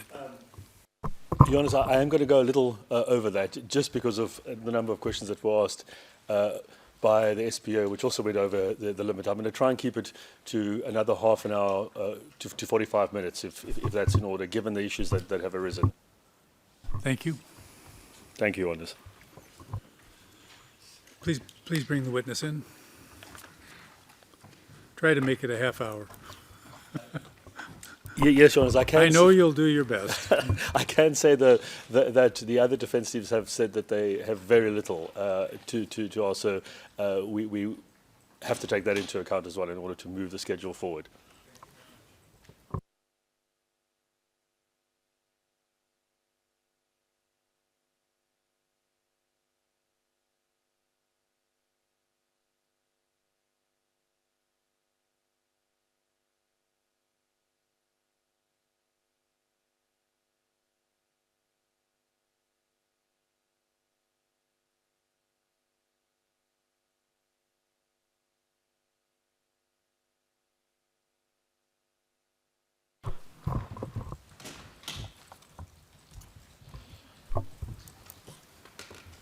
Mr. Krasniqi, we will continue with the questions from Mr. Dixon. Please give him your attention. Thank you, Your Honours. Mr. Krasniqi, I have some more questions for you now. I wanted to start with what you said yesterday about Mr. Kadri Vasili, and this is at provisional transcript page 73. I'll just remind you what you said, and I have some questions arising. You said in response to this question, before that day, had you ever had any other meeting with Mr. Vasili such as this one? That day, you had referred to a particular time when you met Mr. Vasili. You said it was several days after a number of documents that were shown to you regarding the Croymere case. The last one was one of the documents that you'd brought here to the court, dated 6 May. So as I understand it, several days after 6 May, you had this meeting. And then you were asked, had you ever had any other meeting with Mr. Vasili? And you said, a meeting to discuss a similar matter, ? No. I might have seen him, but it never occurred that we dealt with any specific case or matter. And then the question, and did you meet Mr. Vasili on any other occasion after this meeting? That's the one that I've just referred to. I might have seen him, but to be more specific, after the war, he offered me to join SHIK. And did you join SHIK eventually? Yes, I received this offer, as I recall, towards the end of 1999, and gave my answer or my decision to join sometime in the beginning 2000 or spring 2000. Do you remember saying that yesterday, first of all?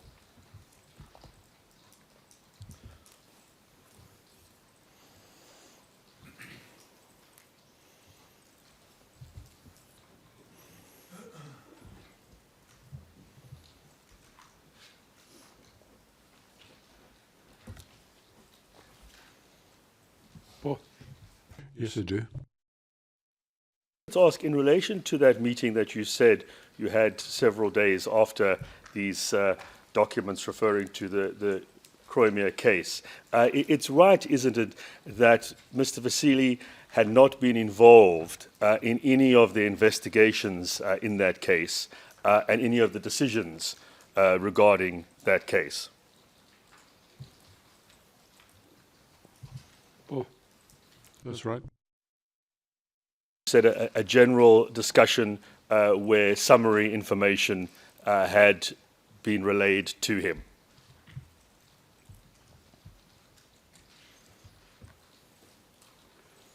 po, Correct.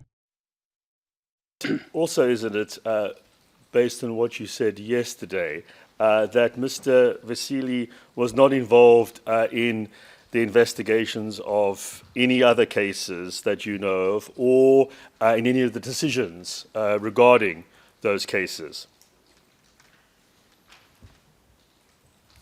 po, That's right.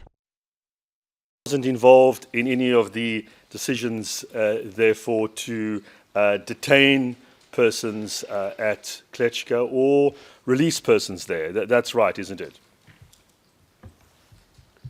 po, Yes. Now, you've said that you did join SHIK at the end of 2000, beginning of spring 2000.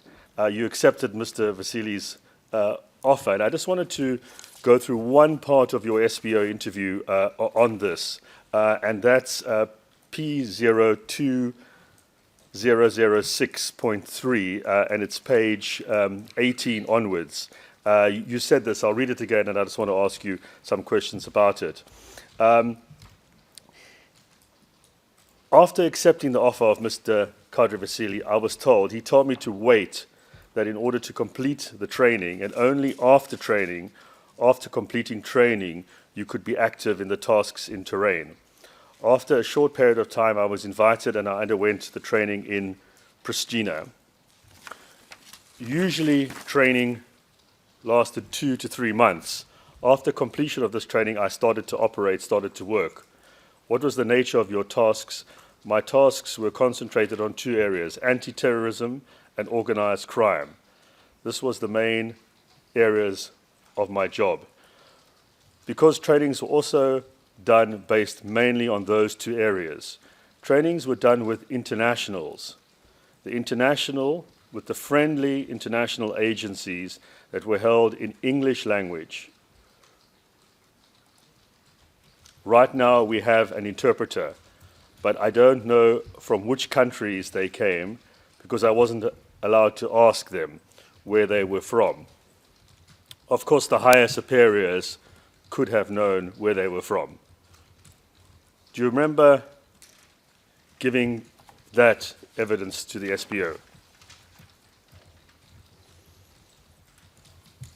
po, sakt. Yes, that's right. Was the first time when you got these trainings from internationals that you had had any training in intelligence matters?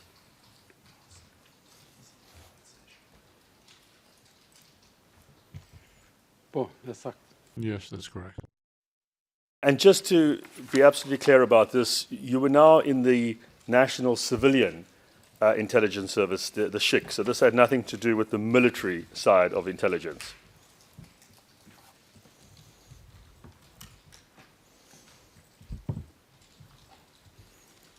Po, Yes, that's right. Another thing you said yesterday on page 73 about Mr. Vasily was that during the war he was initially known as the leader or the chief of the ZKZ, and then later on, after the establishment of SHIK, he led SHIK. Do you remember saying that yesterday, first of all? po, Yes. Do you recall, you may know this, that's why I'm wanting to inquire, do you recall when Mr. Vasily moved from the chief of the ZKZ, which is the military side of intelligence in the KLA, to the civilian side, SHIK? Was that in April of 1999? Nuk e di sakt, I do not know it exactly, but such a thing would have occurred after the formation of the Provisional Government of Kosovo. He became the Minister of Kosovo Intelligence Service in the Provisional Government at the beginning of April. Is that right? Is that how you recall it? Po sigur Yes, this appointment would have followed the formation of the Provisional Government. That occurred after the discussions and talks in Rambouillet, which were in February. Do you remember those taking place? common seal in your Can you please repeat the question? Do you remember the discussions taking place in Rambouillet about the future of Kosovo, which took place in February? Po natyrisht Yes, I certainly remember. And do you recall, you may know this, that Mr. Veseli was there, he was in Rambouillet, he was abroad during this time, and then came back after that to move to the Provisional Government of Kosovo.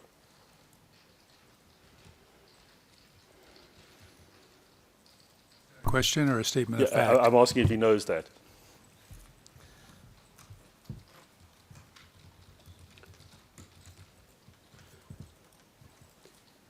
e di që I know that he was at Rambouillet, but I do not know what period of time, when he went, when he returned. I cannot give you exact dates. Yes, thank you. And Mr. Krasniqi, can I just clarify, when we're talking about the period here, March, April, May, including this meeting that you had with Mr. Veseli, at that time, the only dealing that you had with him was the one several days after the 6th of May. Is that right?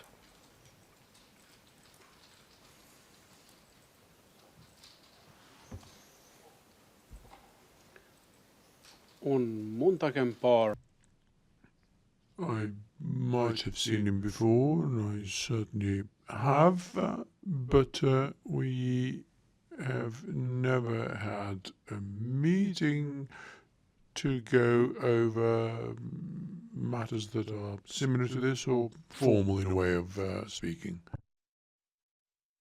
Then that at that time, it's correct that you never received any orders from Mr. Veseli in your role at that time. po sa That's correct.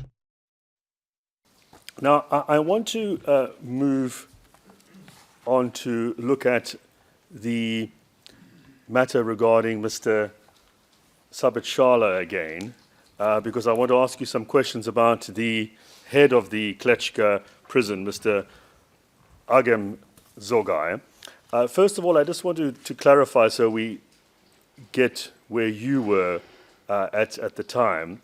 At paragraph 64 of Prep Note 2, and you've said this in your evidence previously, it's right that you cannot recall in detail whether you yourself took Mr. Shala to Klečka prison, but it is possible that you did so.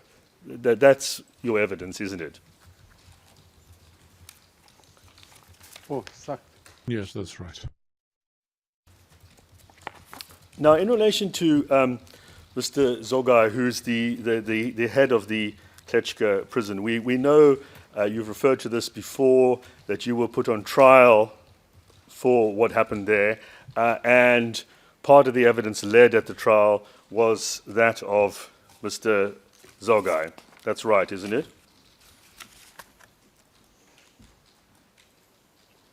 po yes Yes, that's right. In your evidence, this is at P2007.4, page 18, line 22 onwards, that the evidence that he gave was found to be a lie by the first court instance and the higher courts as well. That's correct, isn't it?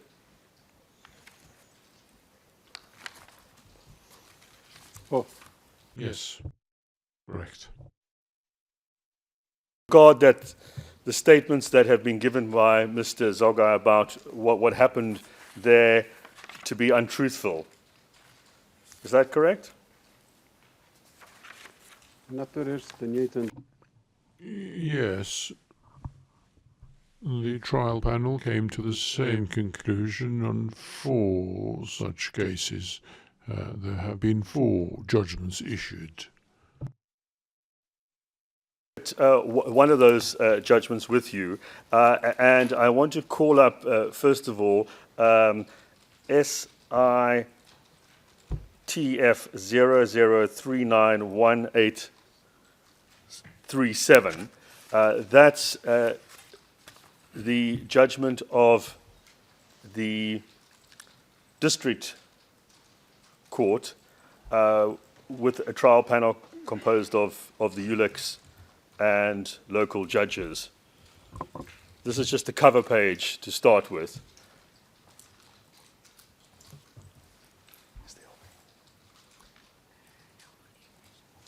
Okay, it's only in English, so I'm just going to have to go through it with you. Everyone else can follow. This is just the cover page in the Basic Court of Pristina, and it's the judgment of 17 September 2013. And you've got set out there who the trial panel is composed of, the ULEX judges. Is that one of the cases that you've referred to?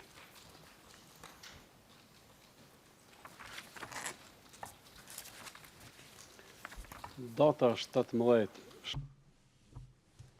The date of the 17th of September 2013 is the date of the issuance of the first instance court in a trial that was in fact a retrial. It was the second time it was being held.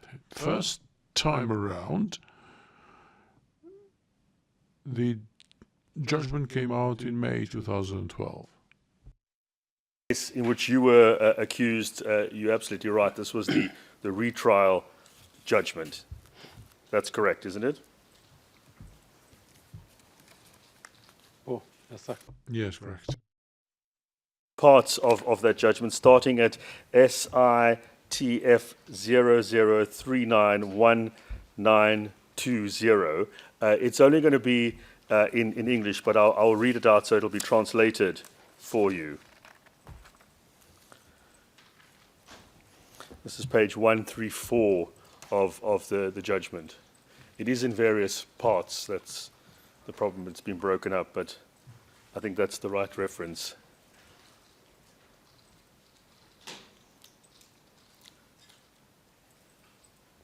So it's 391920, page 134.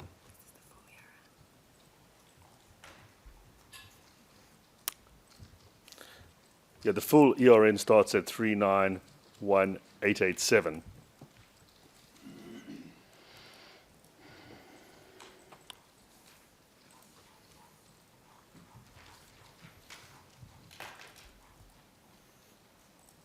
And it's 920.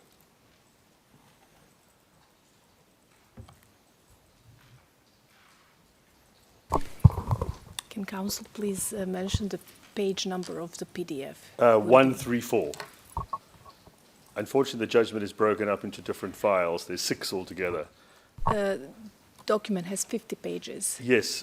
So I need to give you the other ERN though for the next 50 pages. So it starts 00391887.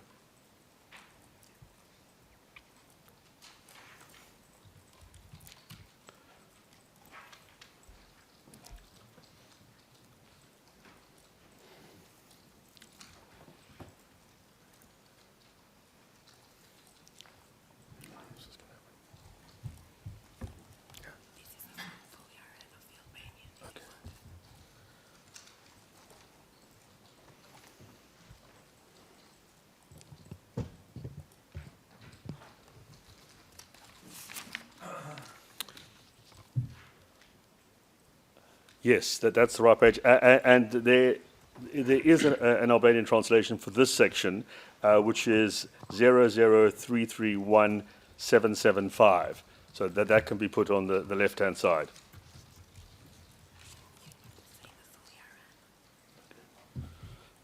The full ERN is 003317737, starting there. And then it's 1775. I'm only going to go to 2 pages, so it should be simple after this.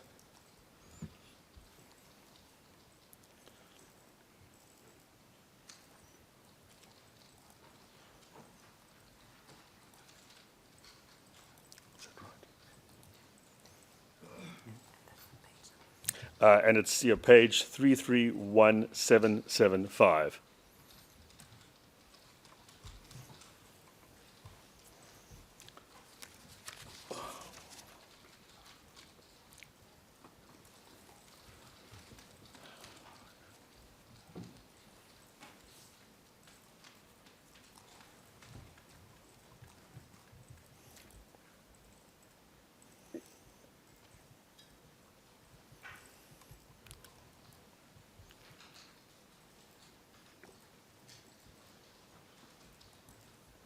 So 003317775.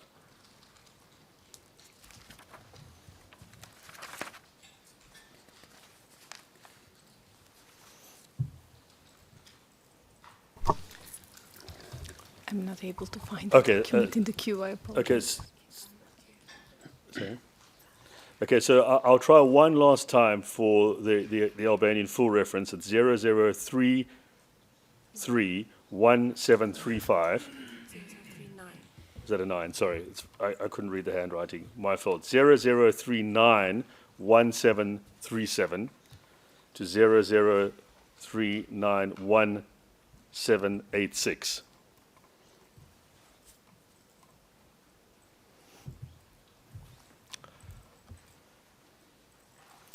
And the page is 00391775. Maybe that's why it's wrong, because of the 9 that I was mispronouncing. Is that right? So if we go to the bottom of that page, is that right?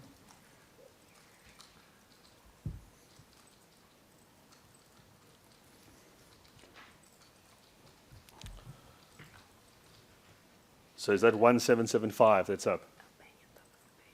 Okay, so it's the top of the page on the Albanian, the bottom of the page in English. The relevant part that I wish to refer to you to comment on is there are substantial inconsistencies and contradictions in the evidence of Agam Zogai. His evidence is also contradicted by other evidence. His evidence was full of lies. On his own admission, he has lied to investigators in the past. Then if you continue over the page in the English, you're going to have to scroll down in the Albanian starting, however.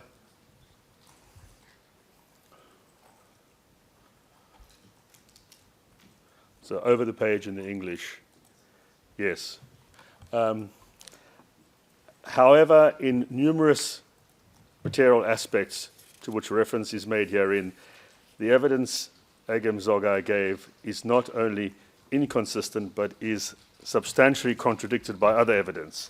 The inconsistencies and contradictions found by the court are not discrepancies that might be the product of an honest but imperfect recollection, observation, or reconstruction of the events about which he gave evidence. I'm continuing, sir. The panel finds that many of the events to which Agam Zogai refers in the war diary are correct. For example, evidence given by witnesses about the dates they say they were detained at the prison in Klečka is consistent with entries in the diary, including information regarding the identity of other persons detained during the same period. However, none of that evidence corroborates the evidence of Agam Zogai regarding who, he says, committed the offences charged in the indictment. Any finding of this trial panel regarding the identity of perpetrators of the crimes charged in the indictment rests substantially upon the evidence of Agam Zogai. His credibility is therefore central to the prosecution case. Having considered all of the evidence in this case, the court finds that Agam Zogai is not a credible witness and that, in consequence, it would be unsafe to rely upon his evidence. That's all I wanted to refer to you. Is that the judgment in the retrial of the Kletschka case that was given in your favor?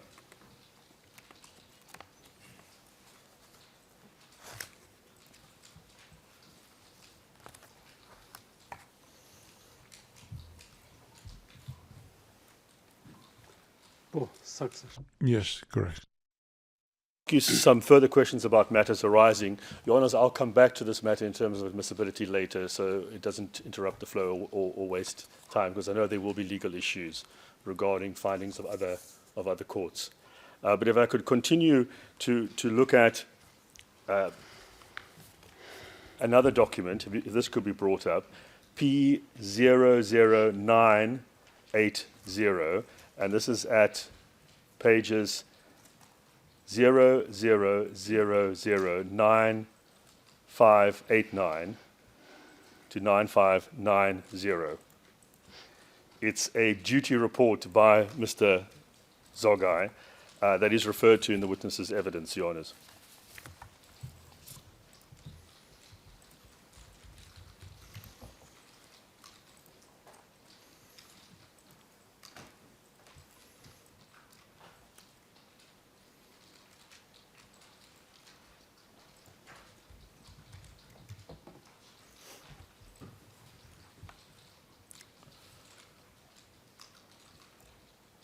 Is that the right page to get to this?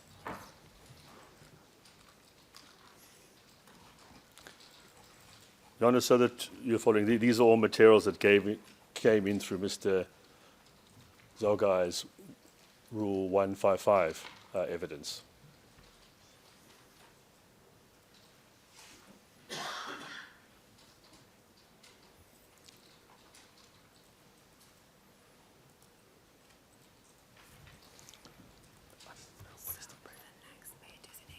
Okay.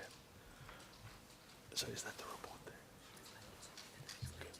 So on the right-hand side, we have Mr. Zogai's report, and then on, well,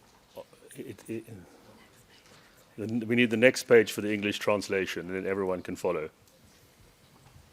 It's just quite a hefty document because it consists of a lot of his materials that were admitted 155.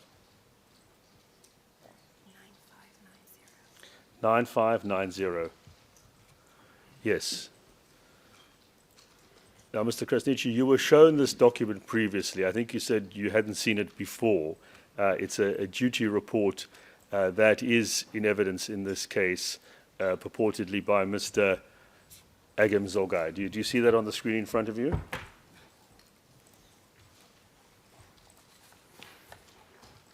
Po, e shikoj. Yes, I do. Down to entry 13, Sabit Shala. You see there the date that he was brought in, the 21st of March 1999, and then a release date, 2 April 1999.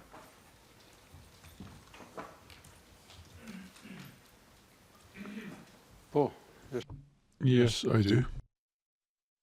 First of all, just to be clear, Habib Shala is above that. You've said, haven't you, that that date must be wrong because from your recollection of the case, he was brought in after Sabit Shala. Is that right?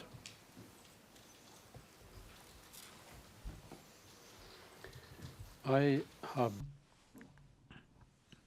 The name is misspelled. It should be Habib, not Abi. He was taken into custody after Sabit Shala. That is right. And then if we move up to number 7, Milan Mitrovic, the date he was brought in was the 21st of March 1999 and released on the 2nd of April 1999. You see that there? Po, Yes, I do. Zogai has given evidence, which is evidence in this case, that Mr. Mitrovic was brought there to Klečka by my client, Mr. Vasily, and also was given directions on when to release them when a Serb offensive occurred. That's evidence that Mr. Zogai has given. What I want to ask you is, if you look at Mr. Sabit Shala's date of being brought in, it's exactly the same as the date of Mr. Mitrovic, 21st of March. You see that there? Po, Yes. They arrived on the same day, according to this report. You see that? personi në numrin The person on number 7, the Albanian version doesn't match with the English version. Under number 7, there is a discrepancy in the last column.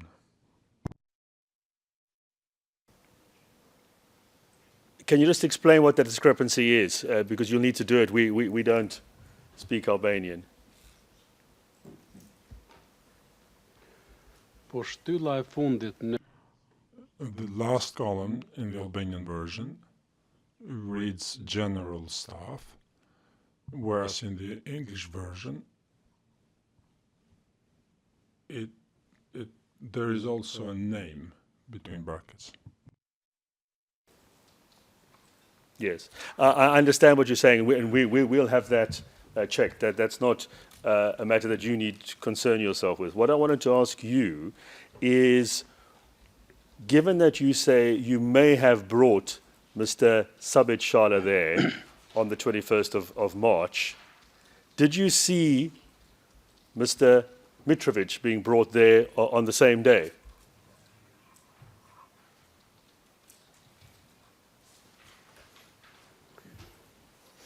së pare nuk jam I sigurt. First of all, I am not certain whether he was taken there or if we took him there on the 21st of March.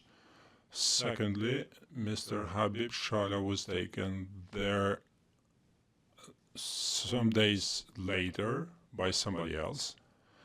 And thirdly, I have never seen anyone else taking any person to the detention center, including in this case. Yes. So you've never seen Mr. Kadri Veseli taking anyone to the detention center. That's right, isn't it? Fillimisht unë Firstly, I don't know if this is indeed true. I saw this document for the first time in the Klečka trial, but answering to your specific question, it is true that I have never seen him taking anyone in that place. Thank you. You know, leaving aside the correctness of the document, that's not for us to determine, but thank you for your evidence of what you are able to help us with, what you saw. Can I also just check whether later on, when persons were released in April, were you in the Klečka area at all during that time? unë në zonën e Kleshkës.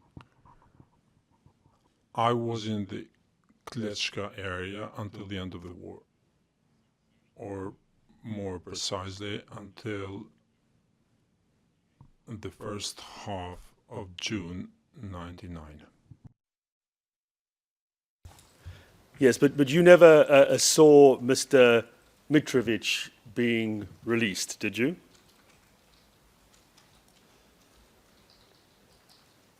Unë jo që nuk e Not only that I did not see him being released, but I did not even hear of any such thing. Of course, I could not have seen him. The right question would be, have you heard of this? Of it. If you could assist us with that, please. Absolutisht. Absolutely not. I have not heard during the war about this, except in the Klečka trial when I heard and saw this document for the first time. Further question about what you might know, if this triggers any memory for you. And Johannes, if you could go into closed session, private session for this to be secure. What are we protecting? What's the protection? It's the witness who I'm going to ask him about. It's a witness matter. Into private session for the protection of a witness.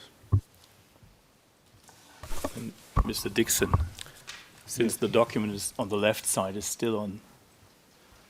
Yeah, let me just finish my comment. Is it in Well, now public session still? No, it's. I would like to make a comment, and it would be brief. But Yes. I would like to ask you whether you can put the correct or the original version of the document, which is on page 589, one page before this document on the left side on the screen. This could help you and also assist the panel in relation to what is in the document, Yes, Johannes. in the Albanian version, and what is not in the document. I'm more than happy to have that because there's no issue being taken over translation. I'm asking what the witness remembers from the time. So let's get the accurate translation on the screen, please. Thank you very much. And that is, I understand, at 9589. Exactly. So it might have been a different translation, and that's why I didn't want to bother the witness with that matter, because we could have checked that ourselves. Thank you.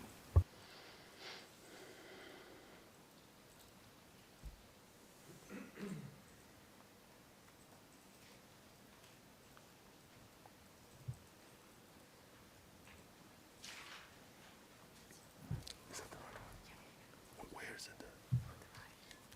Okay, so the correct Albanian one is on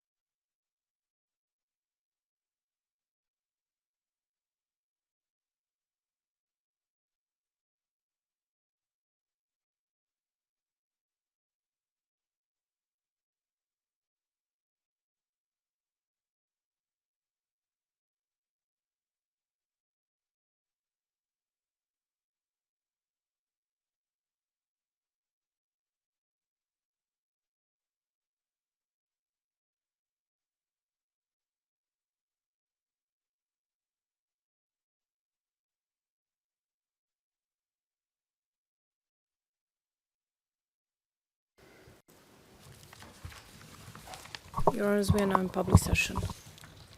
Just on this matter, one final issue, Mr. Krasniqi. Mr. De Bruyne himself has given evidence about this matter, and that's at P01955.8, Part 8, page 18, where he was asked whether this reference here to the main HQ and Lully referred to Mr. Kadri Vaseli, and he said, "Are you aware of any case in which Kadri Vaseli was involved?" He said, "No, nothing. No, I'm even surprised about this.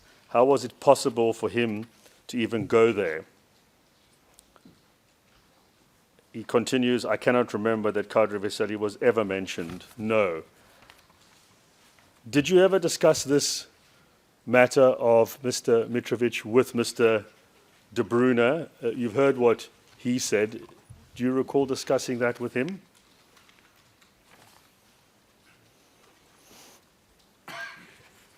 Jo vetëm çështja e Milan. Not only the case of the case of Milan Mitrovic was not discussed with him, but to my recollection, none of these names, except for number 13 and to some extent number 12, who were discussed with him, and number 5.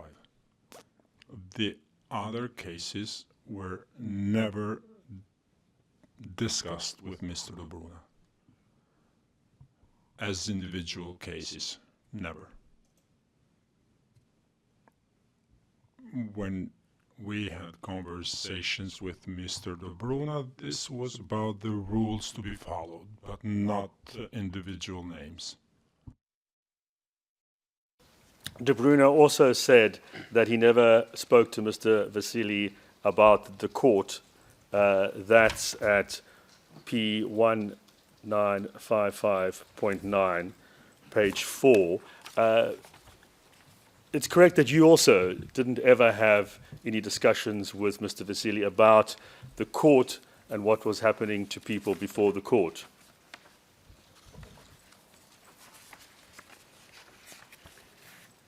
Jo, me zotin Veseli nuk.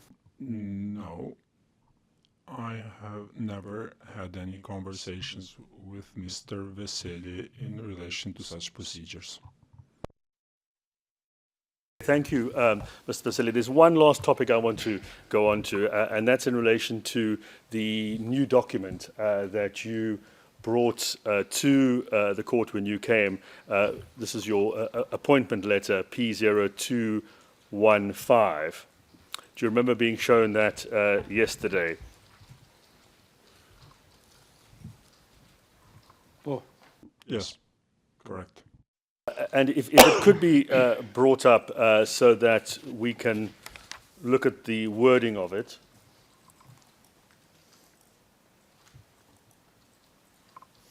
It's 124987.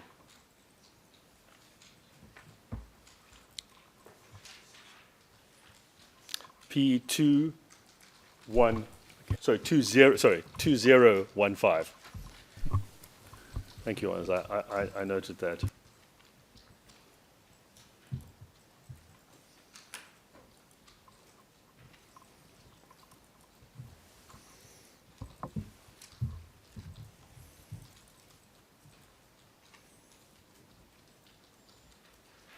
Yes, this was the appointment letter that you found that was given to you by Mr. Shala. Is that right?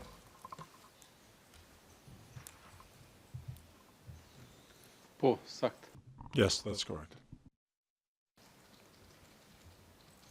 Now, it says here that the decision was taken by the KLA General Staff on 11 February 1999. You see that there? Po. Yes.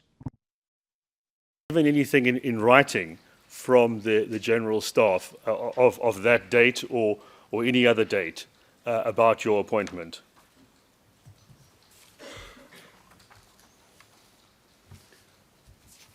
Unë më sa kujtoj e kam. to my recollection, I have said this before, that apart from this appointment, I never had any other document, which implies that I was never given any other document by anyone. Yes. Do you know this? You may not, if you could assist us, that there was a meeting of the General Staff, or some members of the General Staff on the 11th of February. Mr. Bislam Zairapi, who was the Chief of Staff, testified about that, in which certain personnel matters were discussed. Did you ever hear about that?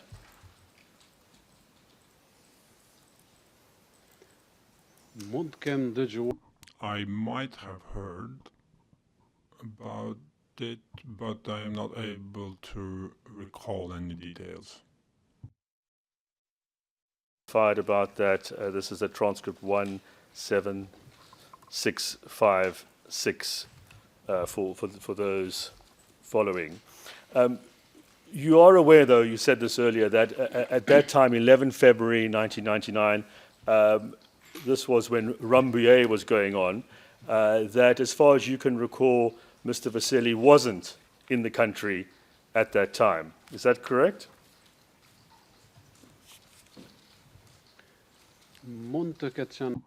It might be as you're putting it, but as I said before, I do not know the exact movements of the members of the General Staff. I appreciate that. Do you know, though, that Mr. Zairapi, the Chief of Staff, refused to sign a number of appointments for the zone levels and the battalions, saying that those were matters for the zones and the brigades and battalions to deal with, that it wasn't for him and the General Staff to deal with? Did you hear that?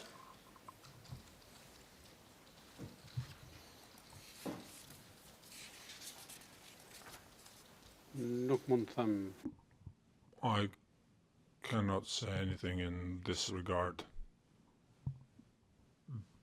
because I do not recall it. Appreciate you weren't part of those meetings. I just wondered whether you knew that there hadn't been anything signed by Mr. Zairapi, because he said that was for people like Mr. Charlotte to do.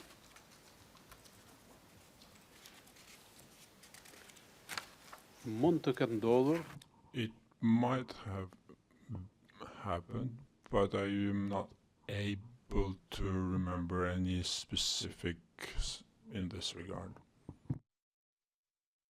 You mentioned early on about Rambuye and that taking place in February. Were you also aware in February that in the General Staff there was something of a coup going on from the 6th of February onwards, where Mr. Suleiman Salimi came in as the head of the KLA, taking over from Mr. Azem Sula. And in fact, your zone commander, Commander Drini, was removed shortly thereafter as well. Do you remember that?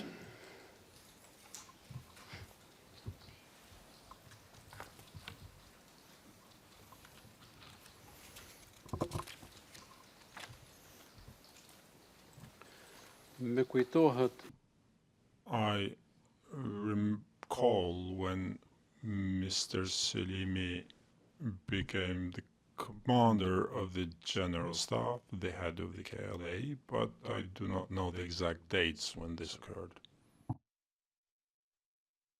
Do you know that was in the first half of February? Are you able to narrow it down to that?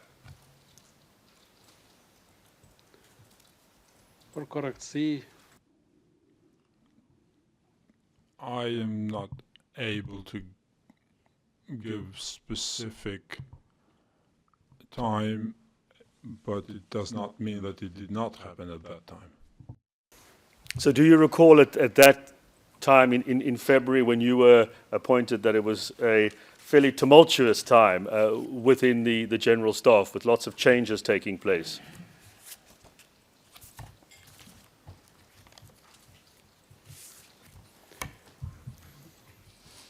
Unë, sipas dokumentit që As per the document that I have, I was not appointed in February, but in March. This document corroborates my evidence given in 2011 when I said that I was appointed at this sector by the brigade commander Haji Shala. This proves what I said, which is that I was appointed by Haji Shala. The additional information you're asking for me, only Haji Shala can give that information, and the person who drafted this document and whose initials C and D are put on this document. My questions, Your Honours, thank you. I will come back to the admission of the judgment, but I could do that at any time because there might be some backwards and forwards on that, I imagine. Thank you. Ms. Alexandra? Thank you, Your Honor. Good afternoon, Mr. Krasniqi. I am Venkateshwari Alexandra, and I represent Mr. Jakub Krasniqi. I only have a few questions for you. Now, yesterday you were shown exhibit P2016. Could we have P2016 on the screen, please?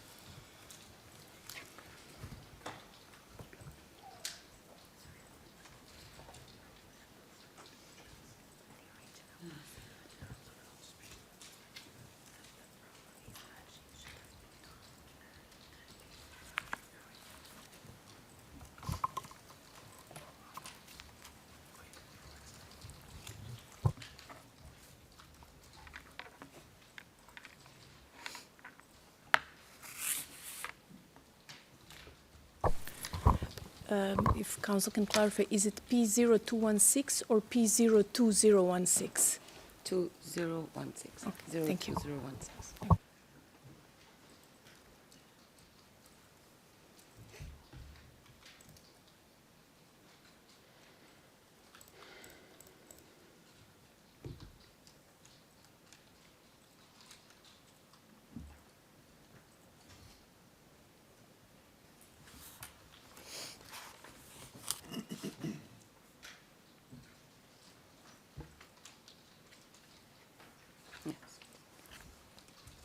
Yes. So you recall being shown this document yesterday, Mr. Krasniqi? po, Yes. Yesterday was that you don't know who wrote this document, but the content corresponds with the duties we had. That was your evidence yesterday, and for the reference, it's page 24620, lines 21 to 24. Do you recall that evidence yesterday?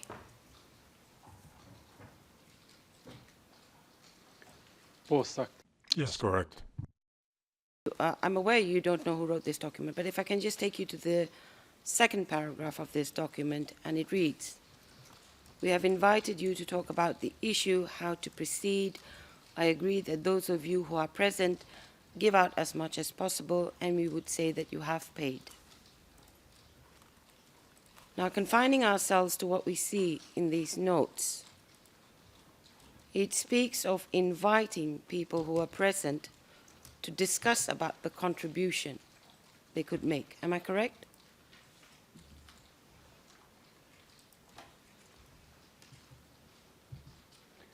Mund të jetë ashtu, It could be as you're putting it, but I have not analyzed this in detail. That's why I say, let's confine ourselves to what we see on the document in front of us. Now, one of the options that has been given here is that those present could give what they could, and that would be recorded as a contribution paid. Yes?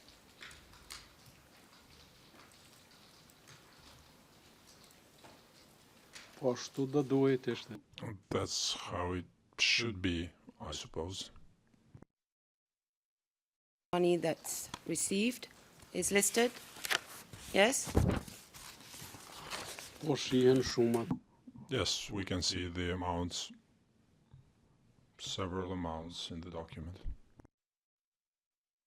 to page U005, U0005986, please.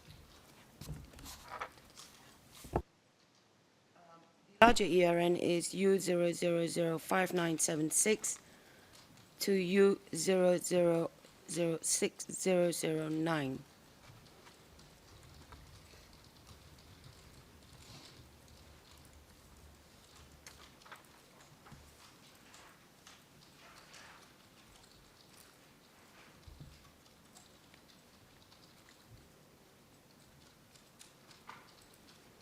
And the specific page would be U0005986.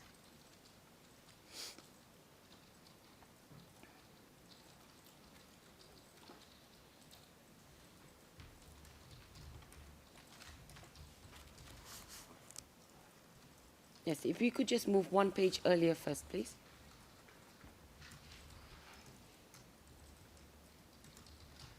Right.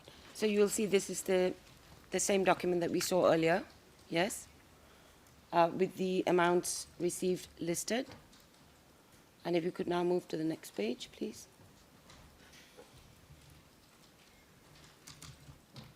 And you'll see at the top, Mr. Krasinski, that there is written total Deutschmark 88,520. Do you see that?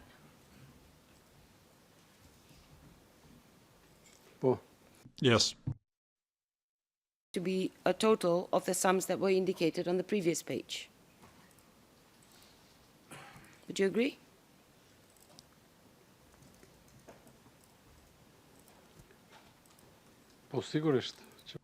Yes, certainly, I agree. It appears to be the continuation of the earlier page. Yes?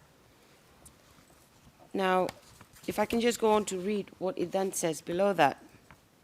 For the period of 8 months of fighting, although we have still reserves in stock, however, the average amount has fallen to Deutschmark 100 for soldier from Deutschmark 100 a month.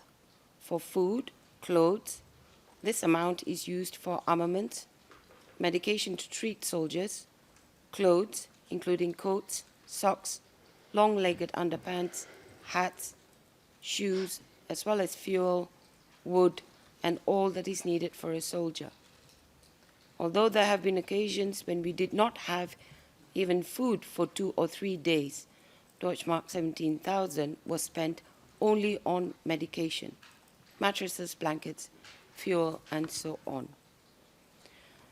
Now, you'll agree with me that this reflects the conditions at the time, doesn't it? Available funds were being used for food, clothing, blankets, mattresses, medication, basic necessities, correct?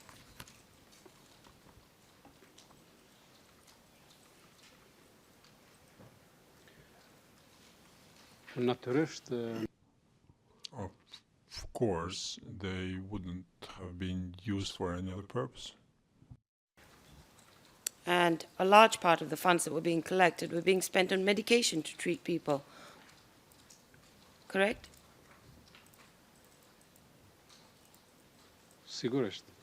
Correct. Clear here, isn't it, that soldiers even had to go without food for 2 to 3 days, only so funds could be used for medication. Yes?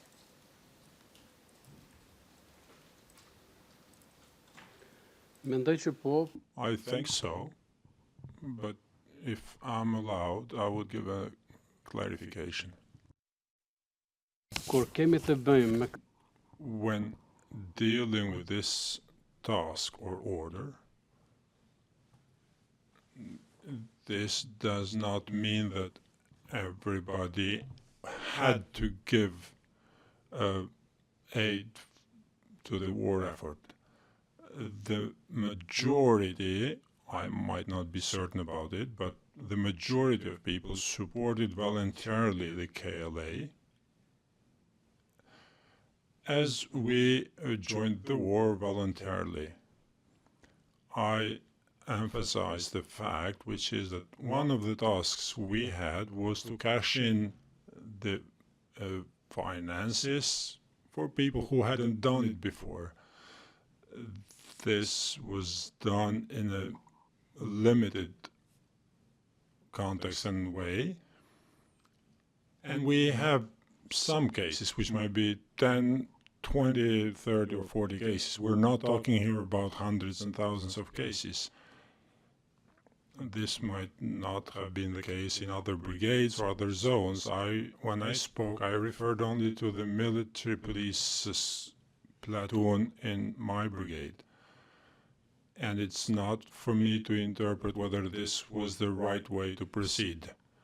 I testified that we had this task given by the commander of the brigade, who based it on the upper level mechanisms.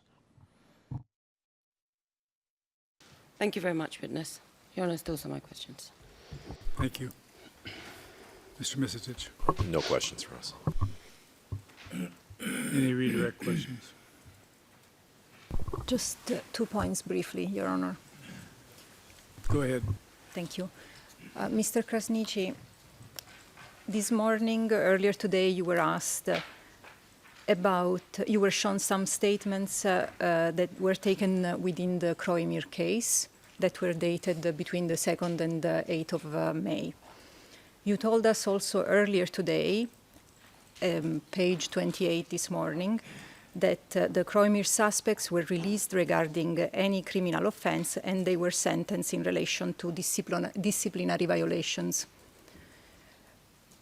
Do you recall within which part of the investigation did you take those statements in early May? The disciplinary part or the criminal part of the investigation?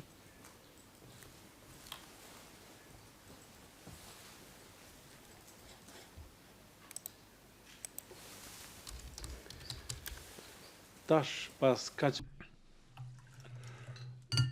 So many years have elapsed and I won't be able to recall every single detail. However, I stand by what I stated, that until the moment when the detainees were freed, they had been investigated on suspicion of criminal matters. After that, it was disciplinary matters.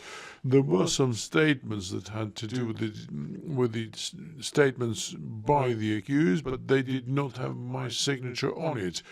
What I mean to say is that I cannot recall everything in detail at this point in time, but I can state that there were other mechanisms in place on the same ground at the same time.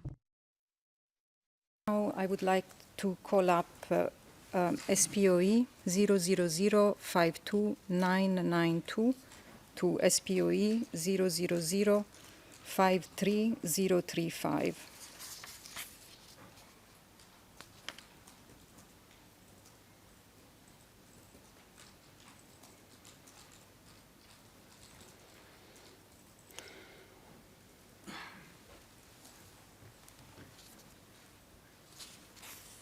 This is in the new PQ that we released, sorry.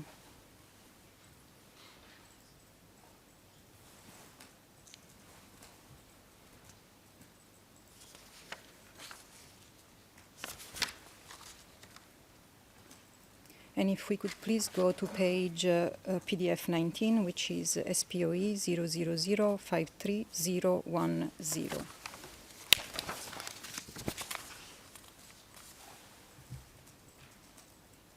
Mr. Krasniqi, this is an interview that Kadri Veseli gave to Batonagiu.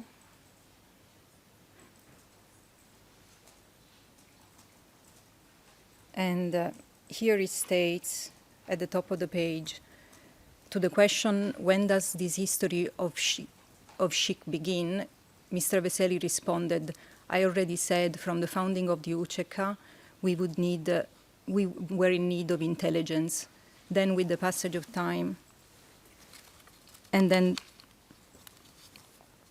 next question is, when did Kadri Veseli become chief of Shik?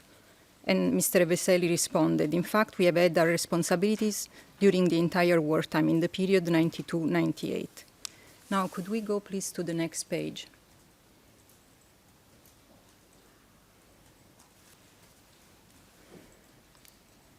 And again, here, Mr. Agiu asks, what is G1 and G2?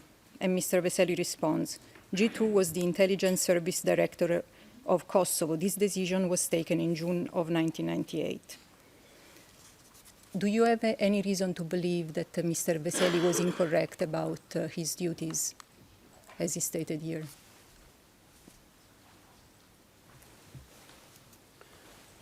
Këtë më së miri Mr. Veseli would be best placed to clarify this, but what I can state here for the trial panel is that we came to know that within the KLA as the ZKZ, the Directorate or Department of Intelligence and Counterintelligence, and I cannot give you any other specifics. And I would like to tender the page 19, SPOE 000-53010. The second page is already admitted as P01859.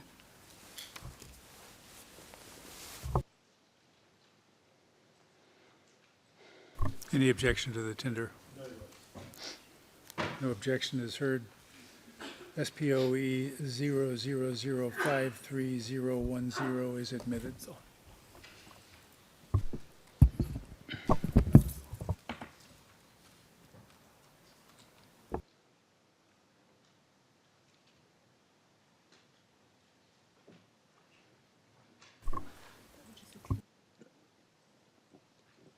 Oh, I'm sorry.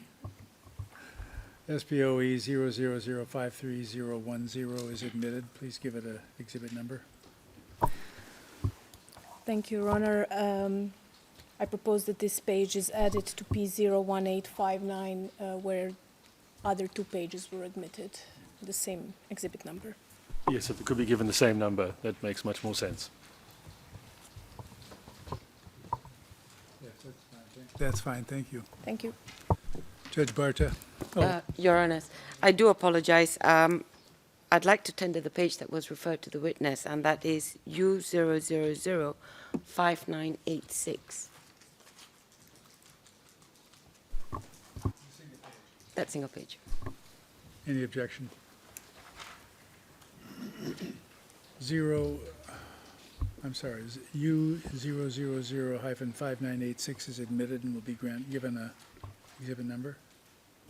Thank you, Your Honor. I note that one page has already been, from the same document, has already been admitted as B02016, so we can add this one to that. Because it's a continuation of the earlier page. Thank you. It will be added. Thank you. Thank you.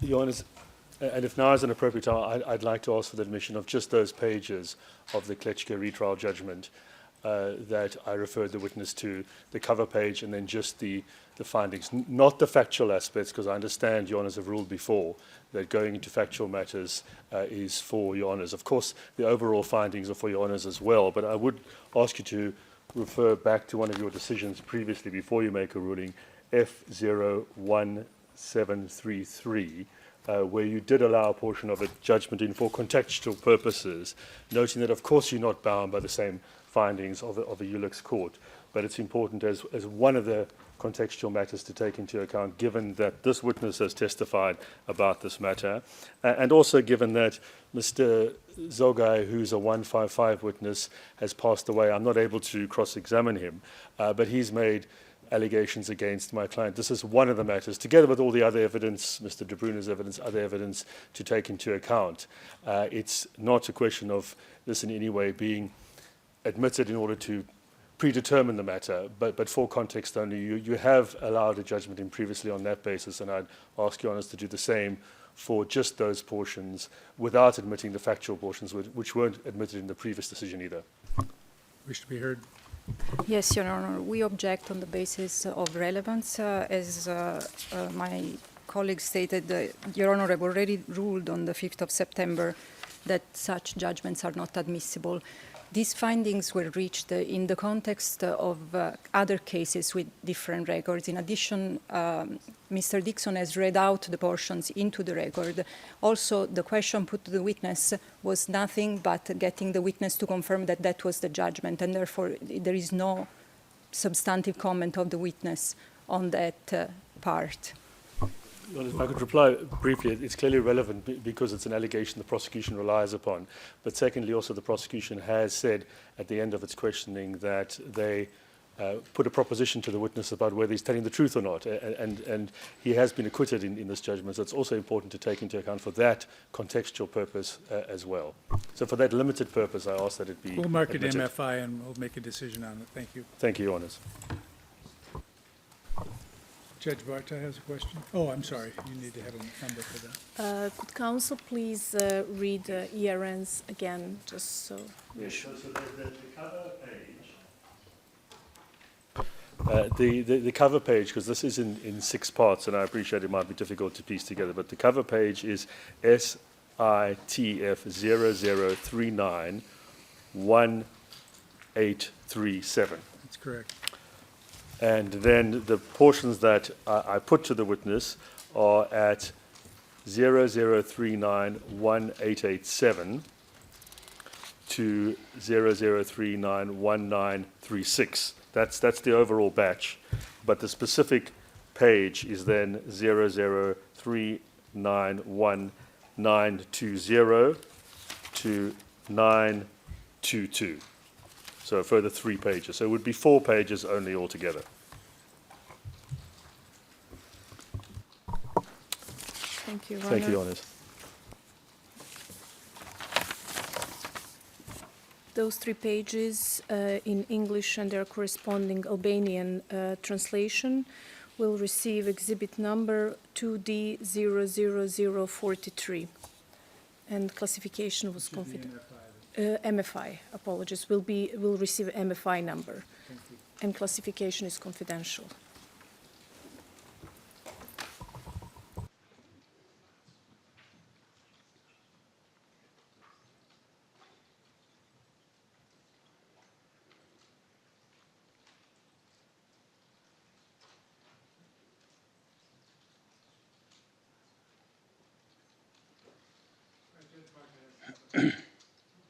Judge Barta has some questions.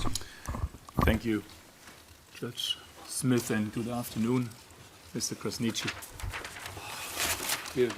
Good afternoon. A few more questions for you on some aspects of your testimony or your statement which we believe require further elaboration and or clarification. Is that clear? It's hard.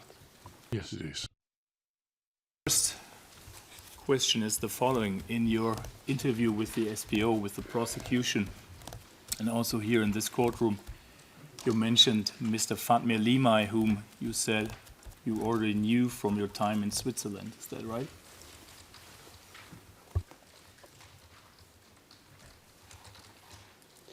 Jo, nuk është.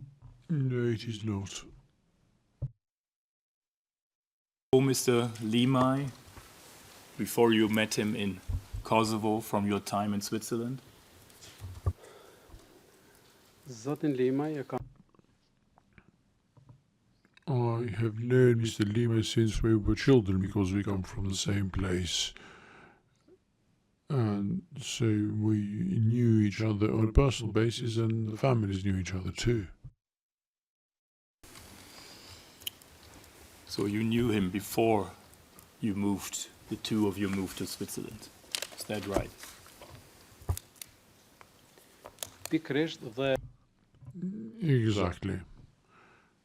We left Kosovo for the service of the same cause.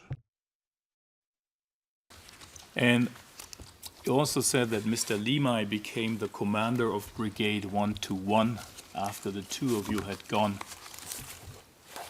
back to Kosovo. Is that correct?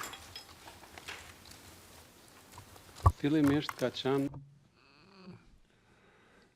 He was initially commander of the Klečka point before the first offensive, and after the restructuring began, he was appointed brigade commander. Mr. Krasniqi, for the record, when did Mr. Lima become commander of Brigade 121? Which year and which month? Bëhet fjalë për The year is 1998. I cannot be precise in terms of dates or months, but as soon as Brigade 121 was formed, Mr. Lima became the commander, and this, I think, and if I'm not mistaken, happened immediately or a short time after the first offensive. Or to be more precise, it was the case from the moment of the founding of this brigade. I have to ask you this, Mr. Krasniqi, again for the record. When was the first offensive?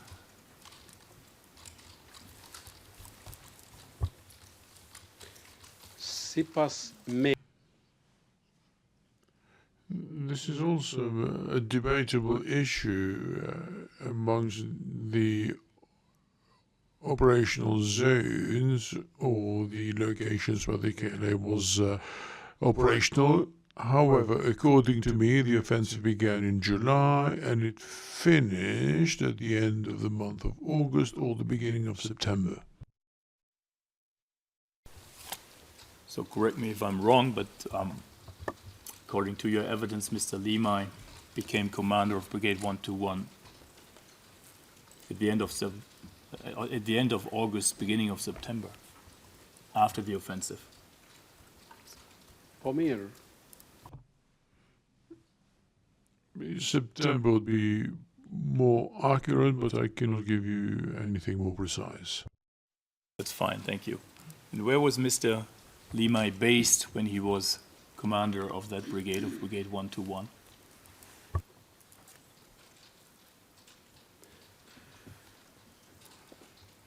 Si komandant As a brigade commander, he was located at Sabit Zogai's house at Shatiri. So after the withdrawal from the Klečka Point, he went to the same house as point commander and continued to stay there as commander of this brigade at Shati-Iri. So he was located in that house whilst he was commander of the point and also whilst he served as brigade commander. Thank you. How far away is Shati-Iri from Klečka?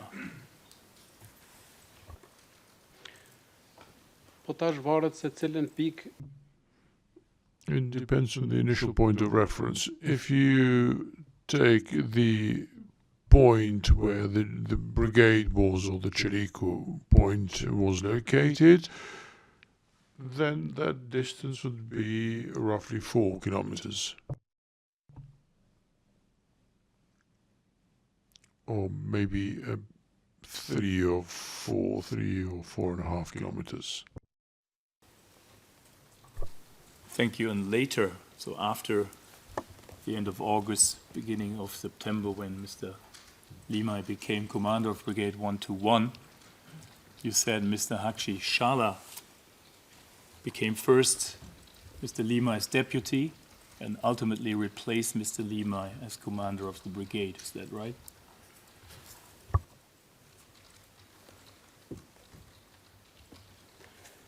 po kjo është si Yes, from what I recall, yes. Again, just for our record, I was referring to paragraph 88 of preparation note 1. Mr. Krasniqi, I would like to ask you the following. When was that? When did Mr. Shala replace Mr. Lima as brigade commander?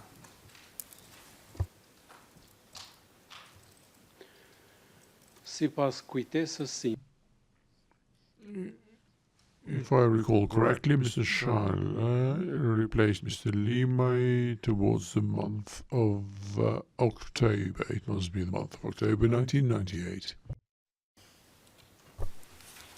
And where was Mr. Shala based when he became commander of Brigade 121? Me aq sa më kujtohet, If I remember correctly, Your Honor, Mr. Shala came from overseas. He was abroad. periudhë And I'm referring to that particular period of time. Was Mr. Shala also based in Chantilly, like Mr. Limay? po pasi që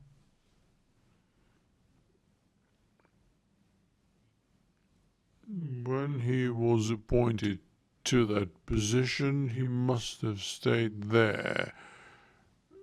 However, one needs to remember that the brigade command may have moved to Klečka again following the withdrawal of the Serbian forces implementing the Milosevic-Holbrooke agreement.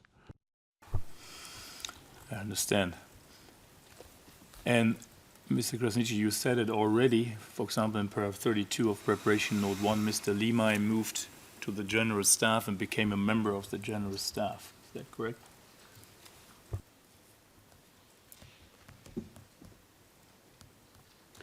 po këtë e Yes, I came to learn of this when Haji Shala was appointed the brigade commander.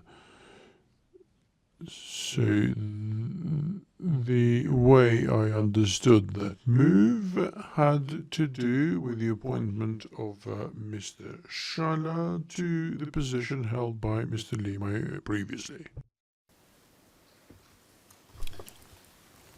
Thank you. Since you said that Mr. Shala was appointed in October 1998, was Mr. Limay, or did Mr. Limay become a member of the General Staff also in October 1998, as far as you know? jo. No. Mr. Shala was appointed deputy commander to Mr. Limay in October.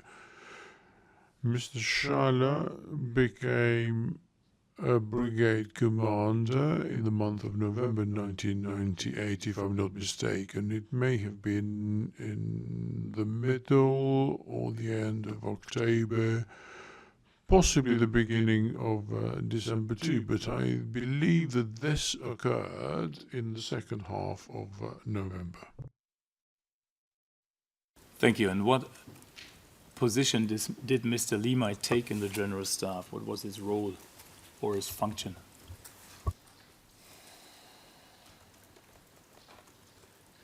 Nga ajo që From what I was able to understand at the time, and from what we were told, he became the director of military police.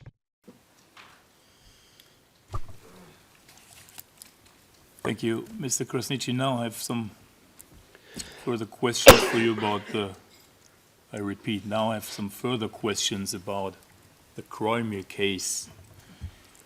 In your preparation session with the SPO, God bless you, with the SPO paragraph 101 in preparation note 1, and also in your testimony here, you mentioned that Mr. Recep Selimi released 5 suspects, the 4 military policemen and the other soldier, after you had given him an overview of the case, and Mr. Selimi had congratulated you on the work, on your work. Is that right? And I'm specifically referring to paragraph 101 of preparation note 1, and also to paragraphs 79 to 100 of preparation note 2.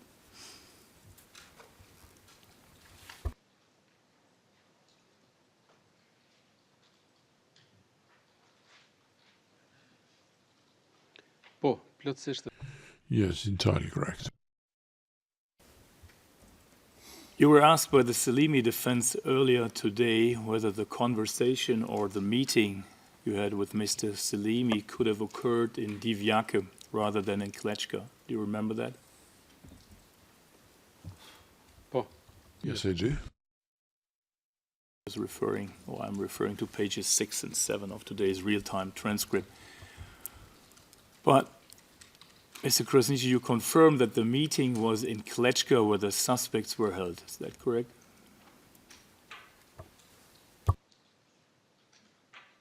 po, Yes. In fact, you said in your preparation session, paragraph 65 of preparation note 1, that the prison in Klečka was on the western side of Klečka, bordering Divjake, between the headquarters of the General Staff in Divjake and Brigade 121 headquarters in Klečka, with a distance of approximately 1,200 meters to each headquarters. Is that correct?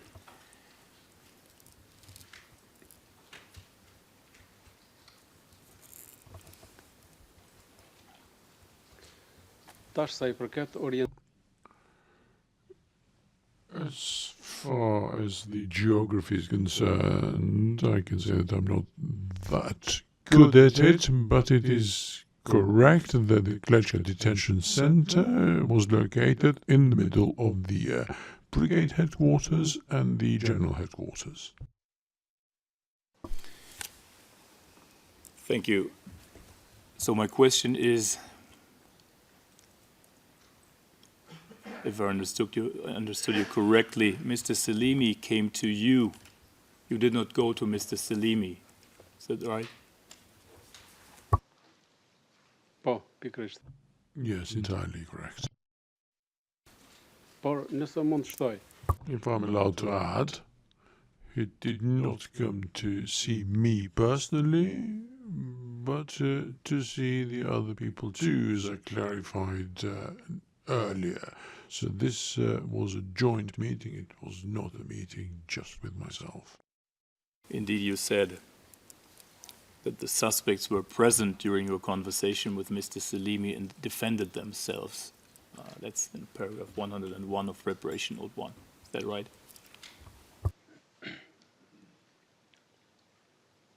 po, e saktë. Correct, yeah. I think this is clear now, and I think it's a good time for a break now. We'll break for lunch. Witness, you may leave the courtroom now. Don't speak to anyone about your testimony outside the courtroom. We'll be back here at 2:30.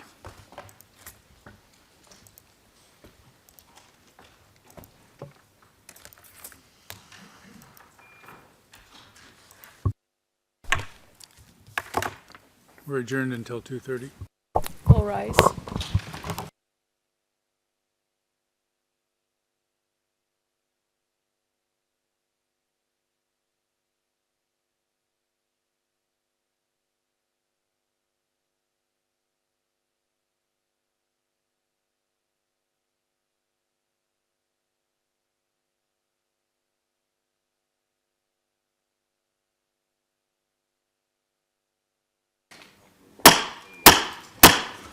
All rise.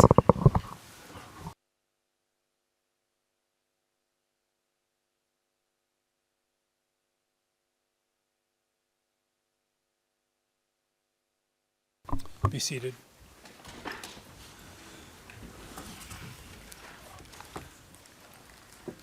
Madam Usher, you can bring the witness in.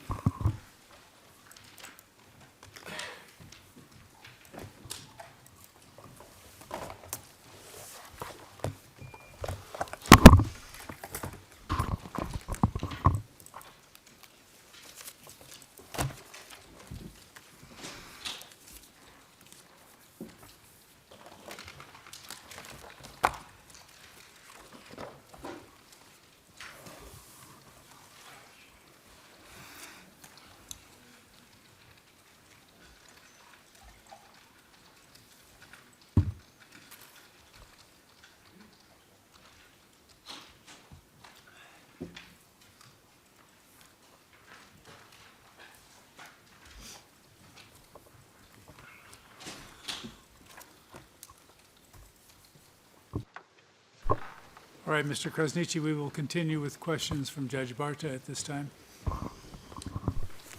Thank you, Judge Smith, and welcome back, Mr. Krasniqi. Before the lunch break, we were talking about your conversation with Mr. Recep Selimi about the investigations in the Kroymir case. And my next question is the following. Did Mr. Selimi tell you during your meeting why he released the suspects?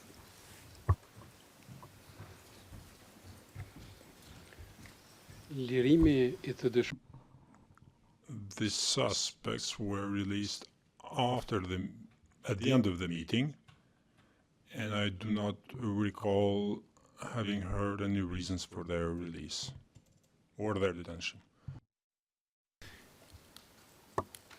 Thank you. Did he, Mr. Selimi, tell you on what basis or by what authority he released the prisoners or the suspects?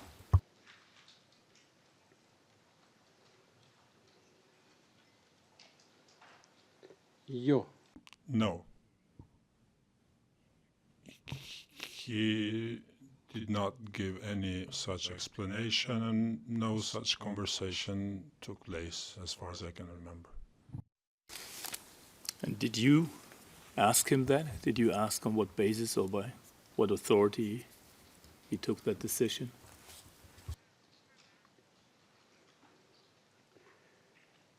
Jo. No, I did not ask him because, as I said earlier, I never would ask any such questions in any other cases when somebody above would take action. Mr. Krasniqi, you said earlier today on page 10 of our real-time transcript that you were not aware of any family relationship between one of the alleged victims in the case, Mr. Faik Shala, and your brigade commander, Mr. Hakshi Shala. Do you remember this?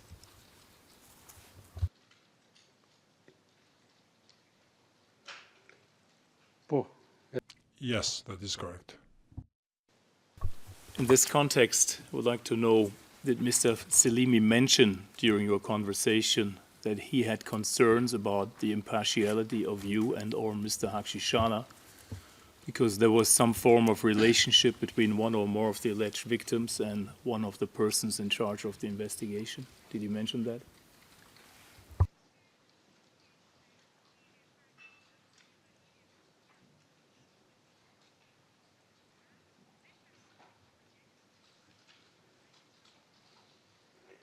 Nuk mbaj mend I do not recall him saying this, and I do not believe he would have said that.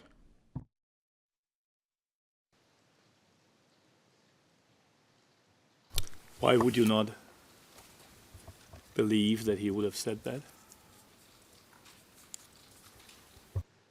sepse Because if he had said that, I should have been able to remember it. Thank you.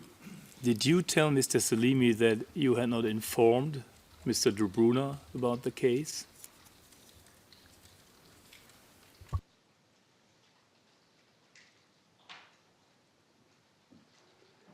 nuk jam I sigurt. I am not sure, but I don't think I did. I'm not certain, though. In your preparation session with the SPO, with the prosecution in preparation note 1, paragraph 101, you said that you personally did not continue to investigate the case because the case was now with Recep Selimi, who was part of the general staff. Do you remember saying this to the prosecution?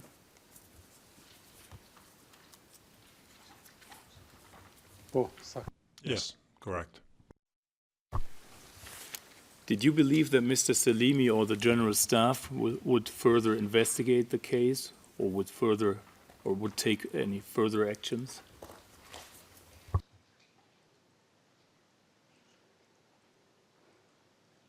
Si në këtë rast, In this case, just like in the other cases, I did not show any interest in inquiring to know further about these cases. Thank you.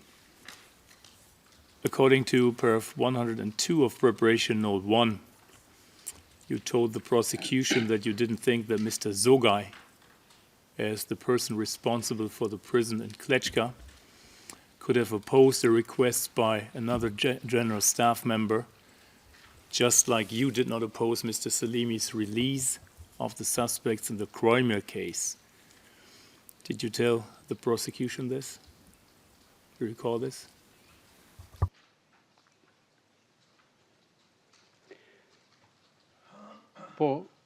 Yes, that is correct.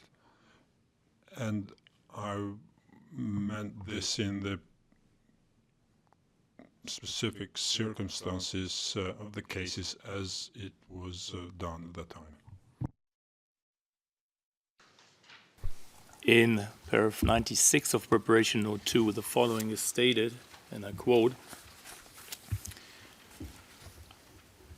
W04743, that is you, Mr. Krasniqi, noted that when the case file was handed over, W04743 considered his work complete and in the hands of the superior authority, i.e., the general staff, as he and his fellow soldiers were all aware of the role of Recep Selimi, end of quote. Mr. Krasniqi, do you recall saying this in your preparation session with the prosecution?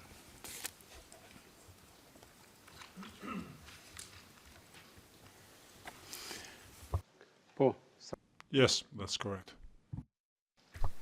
Can you tell us again what Mr. Salimi's role or function was within the KLA General Staff?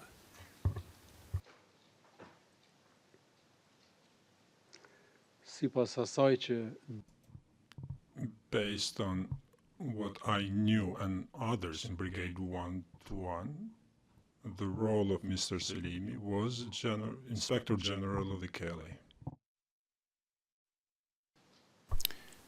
So you considered Mr. Selimi to be a person in a higher position compared to you, as you stated earlier today on page 18 of our real-time transcript, and the General Staff, again referring to paragraph 96 of Preparation Note 2, as superior authority. Is that correct?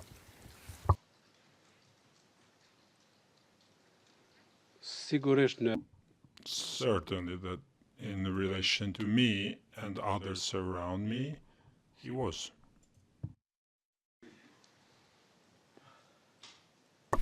Mr. Krasniqi, this morning you said in response to a question by the Selimi defense that under the circumstances you thought that Mr. Selimi was doing the right thing by releasing the suspects. This can be found, or also be found on page 18 of today's real-time transcript. Can you tell us why you thought Mr. Selimi was right to release the suspects?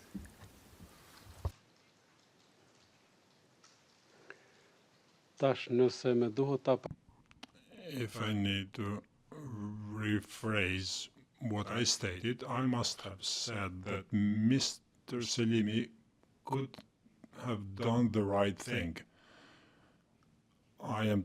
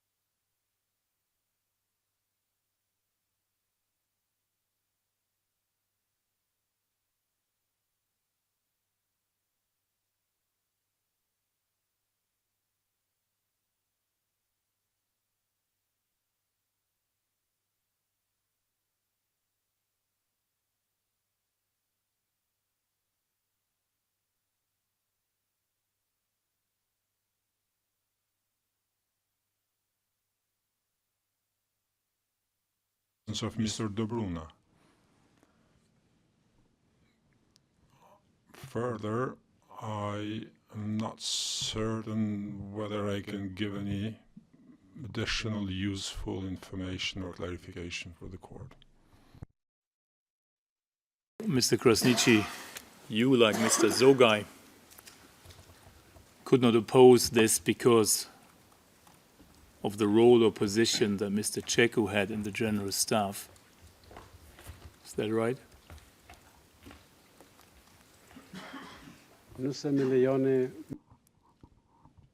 If you allow me, I would connect my answer to an answer I gave to a question of Mr. Salimi's defense. This does not mean that within the KLA there were opposing actions taken or individuals who opposed certain decisions or actions. The issue of the implementation of orders and decisions is also related to the sense of responsibility and trust in the KLA and the General Staff. I was guided more by the human and moral principles because at the time, as I mentioned, I was not familiar with the law. I did not have a proper training and I had no prior experience in that field.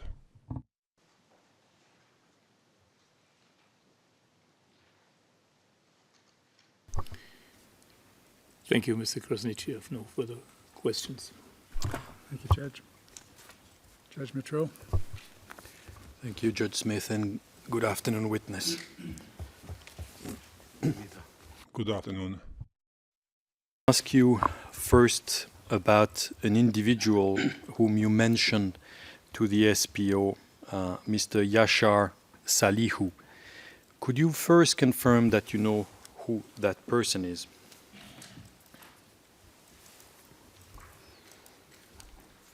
Yashar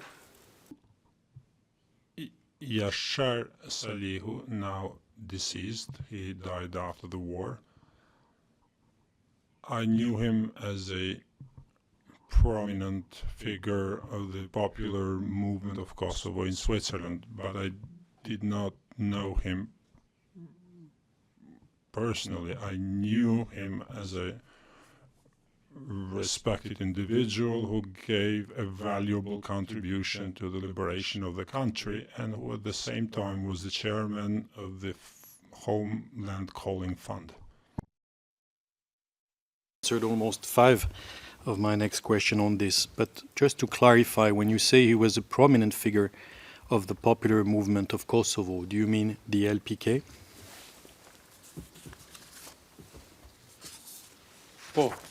Yes, precisely.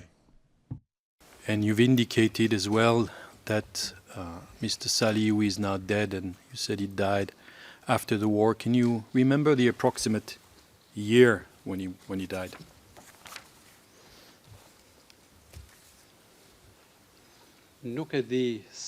I do not know exactly when, but he passed away following a serious disease in the first years after the war. I knew him as an important, prominent figure and an activist of the national cause, but I did not have any personal contacts with him. Stated in your answer just a second ago that he was, in your understanding, the head or the president of the Homeland Calling Fund. Is that right?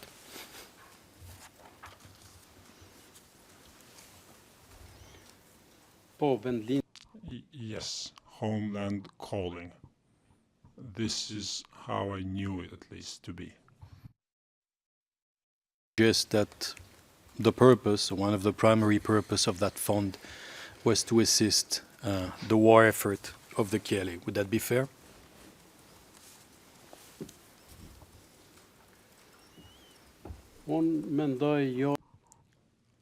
I think that this was not one of the purposes, but the main purpose should have been, must have been the sponsoring of the liberation war that was about to start in Kosovo.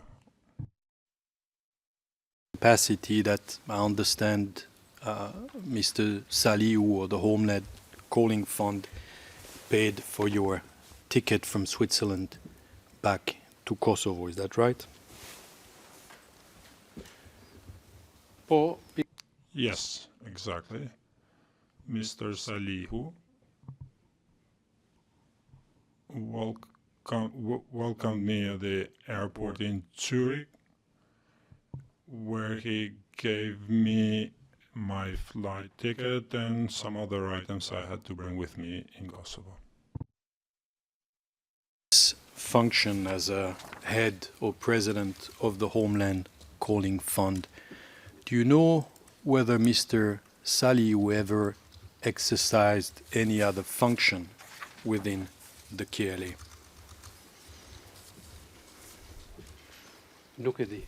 I don't know. I am not sure. Something else you told the prosecution this time during your preparation session, and for the record, that's preparation note number 2 at paragraph 6. You recall telling the prosecution about the process by which you, Mr. Krasniqi, became a member of the LPK. Do you remember discussing that?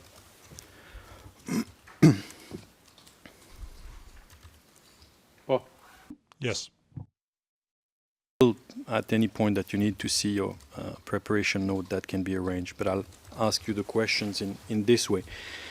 Do you recall explaining that in order for someone to become a member of the LPK, someone who was already in the movement had to vouch for you? In other words, you needed some sort of recommendation or guarantor. Do you recall saying that?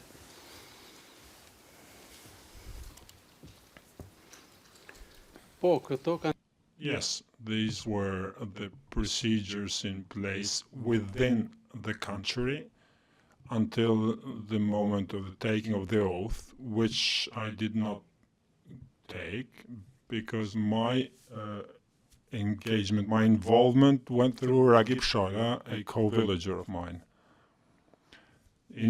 He was probably, in a way, some sort of a guarantee in this case, but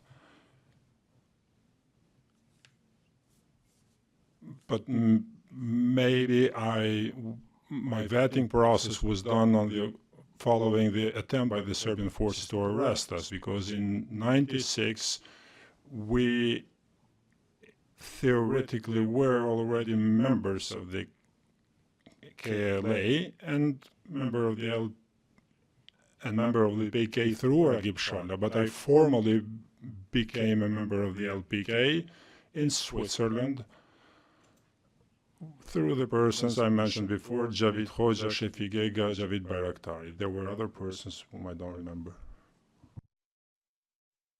Shala was your guarantor, the person who vouched for you. Is that right?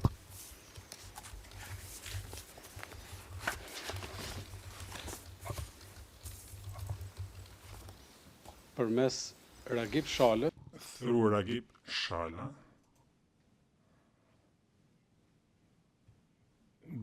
This is the first contact and my penetration, if I may call it so, to the LPK. I don't think that he was required expressly by somebody a guarantee in this regard. Shala, is he a relative of Fatmir Limay?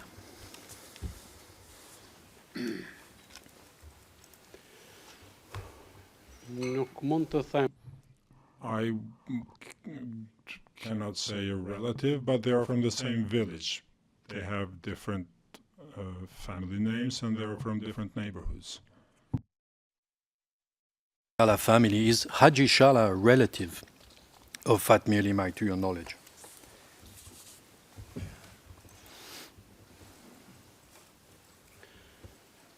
Haji Shala is a nephew in the neighborhood of Fatmir Limay, but not directly his nephew. Now, back to the LPK, can you explain to us, if you know, of course, why it was important within the LPK to have this vetting process at the time, to know who was becoming a member of the movement. Këto janë procedurat These are procedures which I learned from Mr. Ragib Shala when I mentioned the process of the oath taking, which was followed in several cases, but in this case it was not for safety reasons. Ragib Shala didn't do that. So we remained in small circles and not apply some procedures of the underground movement in order to avoid any leaks.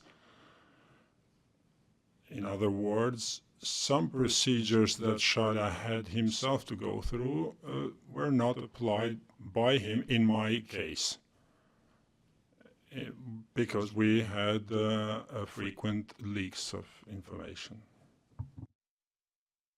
My next question, these procedures that Mr. Shala had to go through was because of a concern that there could be infiltration within the movements by unwanted individuals. In other words, people who would provide information to the Yugoslav authorities. Is that correct? ky ka qenë vlerësimi This was his assessment and his judgment. Who within the LPK had been tasked with filtering out these individuals? jo, nuk e di. No, I don't. Who had been tasked to investigate the leaks that you've just mentioned?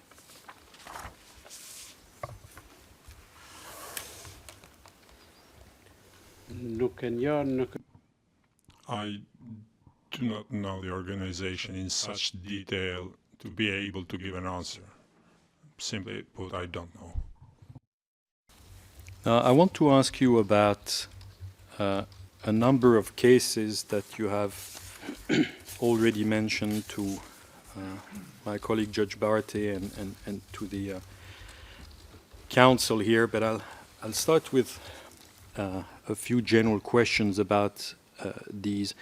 Am I right that the between 7 to 9 cases which you've dealt with, the record of which we've seen, they all pertain to your zone of responsibility? In other words, the zone of responsibility of the 121 Brigade.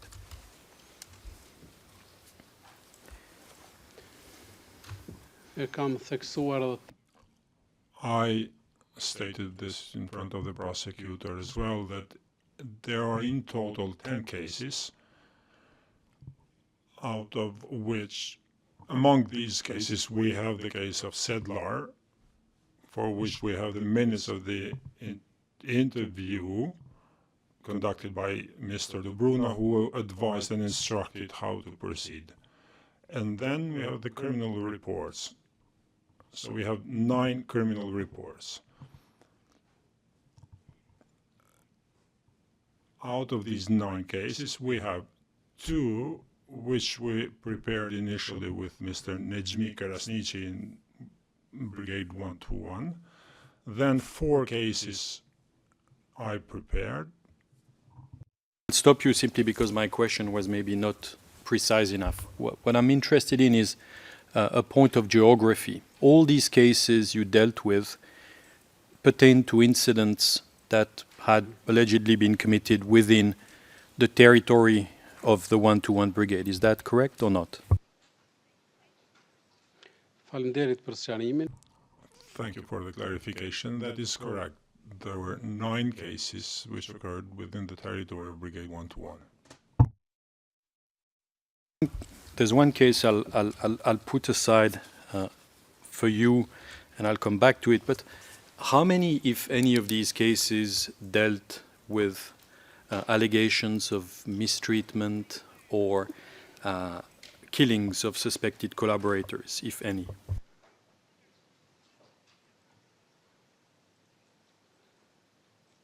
Të lutem ma përsërit pyetjen. Could you please repeat the question? Yes, in terms of the substance of what was being investigated, the nature of the breaches that you were looking at, did any of these cases pertain to allegations that a KLA member had mistreated or murdered a suspected collaborator?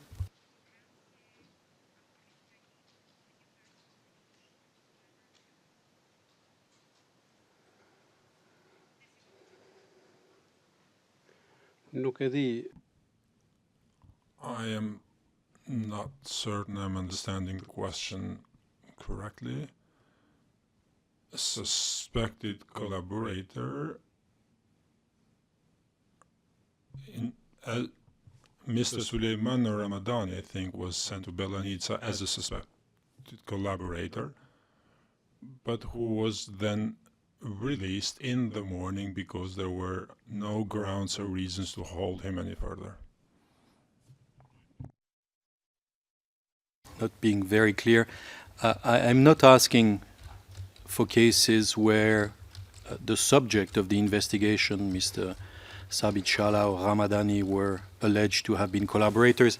I'm asking whether you ever investigated a KLA member for reasons pertaining to allegation that he had either murdered or mistreated a suspected collaborator.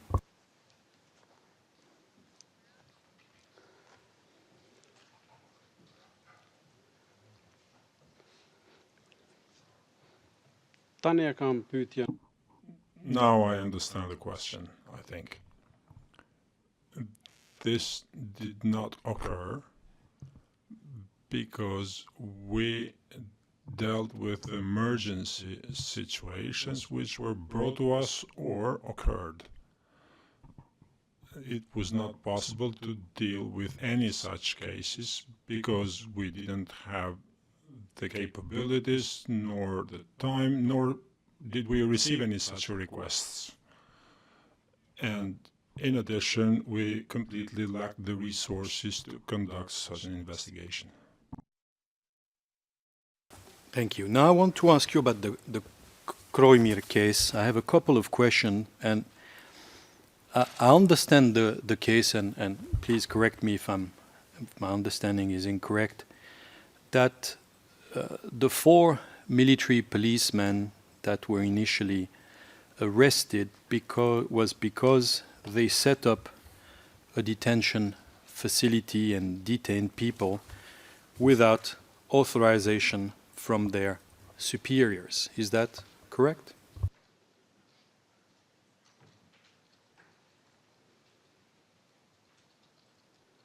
Po, incidenti. Yes, Kroimir had to do with a detention center in the village of Pietrštic. So if I understand correctly, at least in your area of responsibility, a group of KLA military policemen did not have the authority to set up a detention facility and detain people in it. That's why in your report it specified that they acted without the knowledge of higher authorities. Is that understanding correct? Sakt, plotësisht. Entirely correct. Now, I want to ask you again to be sure that I've understood your evidence correctly, is that a case or an investigation such as the one you discussed could be triggered, if you may, in 2 particular ways.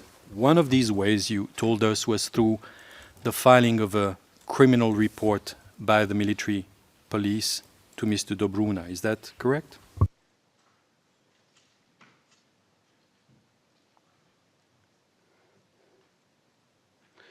Kur ne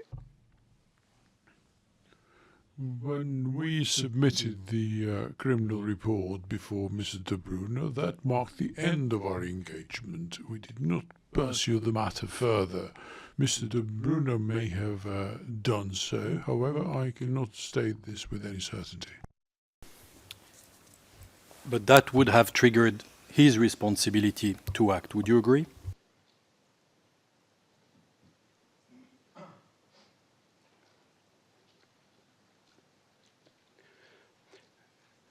unë pajtohem dhe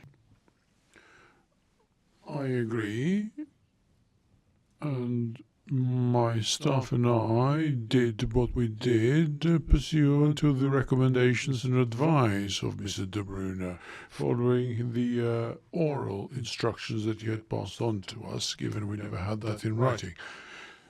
So, according to the instructions he gave us, our work came to an end upon the moment we submitted the criminal report. And I understood you to say that Mr. Dobruna could also act proprio motu, on his own. In other words, make an order of arrest, as he did, for example, in the case of Sabit Shala, or for that matter, his father Habib. Is that correct?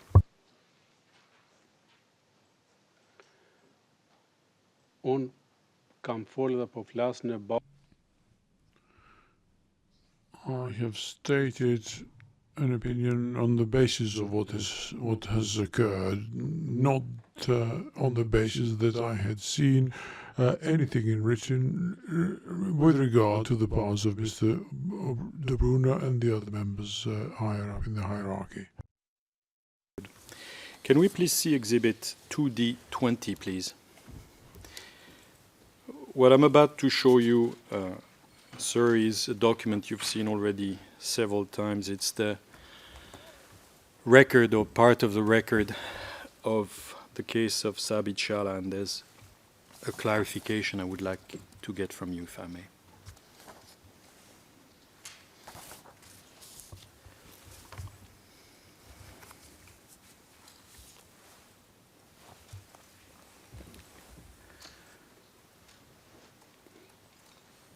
First, do you recall being shown this document, sir? Po, sigur. Yes, I do. Record, the date is the 20th of March of 1999. That's about 3 weeks after you had been appointed to be head of ZKZ within the brigade. Is that correct? Po, sakt. Yes, correct. Mr. Dixon read to you a sentence in the middle of this document. I'll read them again for the record. It says, "The accused has continuously committed these felonies from August 1998 until the day of detention.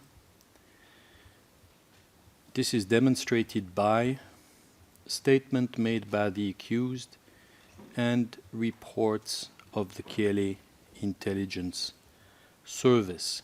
Now, looking at this reference to reports of the KLA intelligence service, does that refer to reports that you yourself drew up, or does that refer to anyone else's report?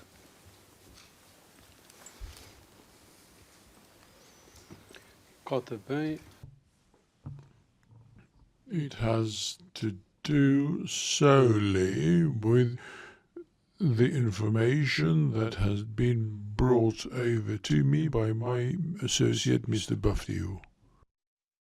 So if I understand properly, what this reflects is your activities during that time as ZKZ officer, collecting information about Sabit Shala, a suspected collaborator. Is that right?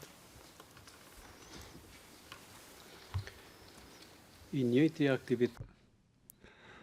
The same activity would have been carried out with or without the ZKZ. The ZKZ has been mentioned only because I had been appointed to serve at within that sector.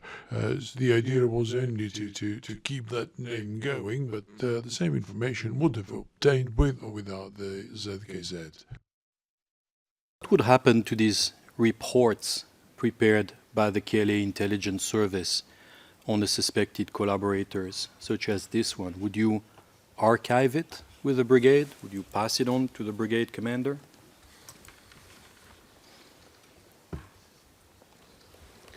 Siç e kam cekur, Your Honor, as I have mentioned, these are bits of information that coincided with the first ones that I'd received from Mr. De Bruyne.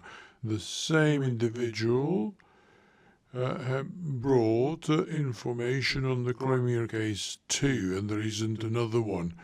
However, these bits of information and any eventual information that would arrive, if deemed to be of significance, would have been passed on to the brigade level, namely to the brigade commander. However, I do not recall any such significant information that I would be able to share with you at this point. Thank you. Now I want to ask you about a second case that you've mentioned, that of Mr. Osman Korpusi. Do you recall that case? Oh, Yes, I do. Whether he was from the village of Shala or Sedlare.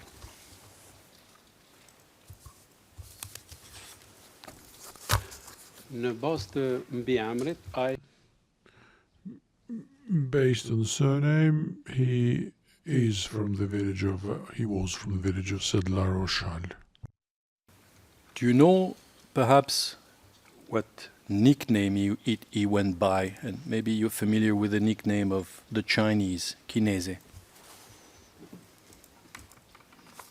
po, e saktë. Yes, that is correct. I heard about it and it is correct. I understood you to say, and again correct me if I'm wrong, that you don't know what happened to Mr. Korpusi once he was detained in Klečka. Did I understand that correctly?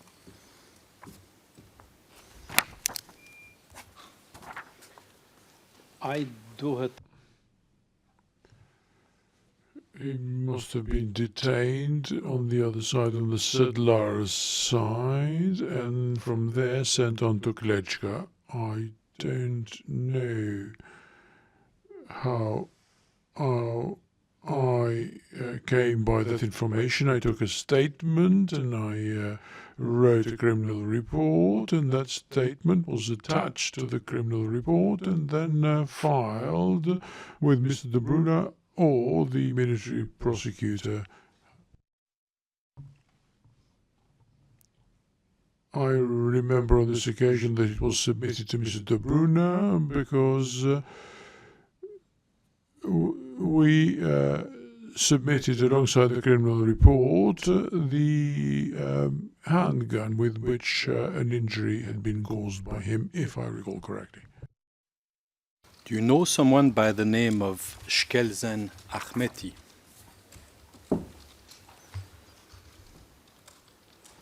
spakun nga This name does not bring back any recollection now. Imeri. Do you know someone by that name? jo. No, I don't. Zeka. Jo. No.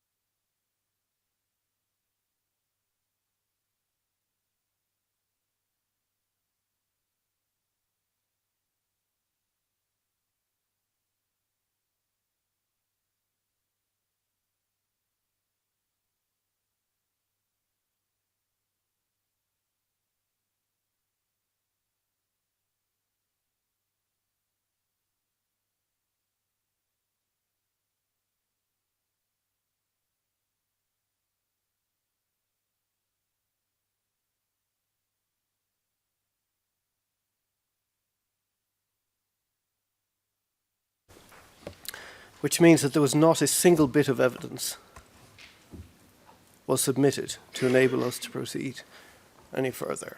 Do you remember saying that?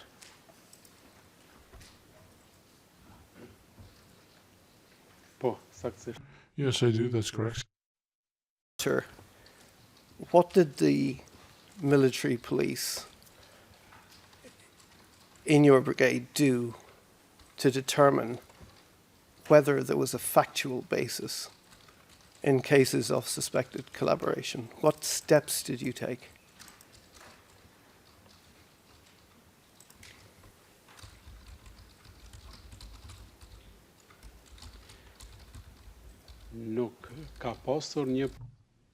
There was no standard procedure to follow, as I've mentioned to the prosecution.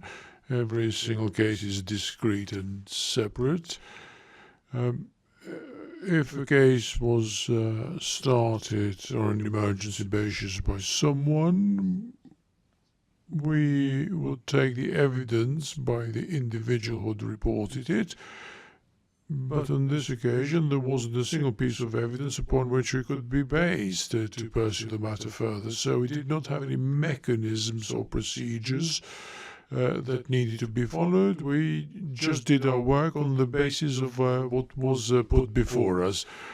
We had no facilities to hold a person and continue the investigation. Every single time, though, there was a dilemma about what course of action to follow. I consulted Mr. Dobruna. Mr. Dobruna was the individual I went to for advice. Was there a practice of interrogating the suspected collaborator in order to see what their position was in respect of the allegations of collaboration? Jo. Nuk ka ekzistuar. This was not implemented in practice, with the exception of cases where somebody would have started a case. It was not a practice for us to investigate. All we did was act upon people reporting issues. The Shara case, the Ramadani case, or any other case are all cases that were started by someone else. We did not have the capabilities, be they professional or otherwise, to take the initiative ourselves in order to investigate individuals and compile a list of who they are and what they're up to. At least during my engagement, I never saw a list with such names, never. That we've seen that they were copied, the documents created by Brigade 121. We've seen that they were copied to an archive. Where was that archive kept?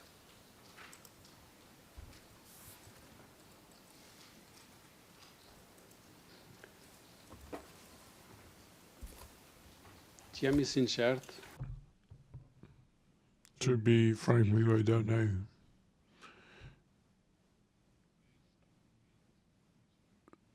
Because every document and report in our possession was sent up to the brigade, and I do not know what happened any further, where they kept the archives. If they did, I do not have that information, I'm afraid.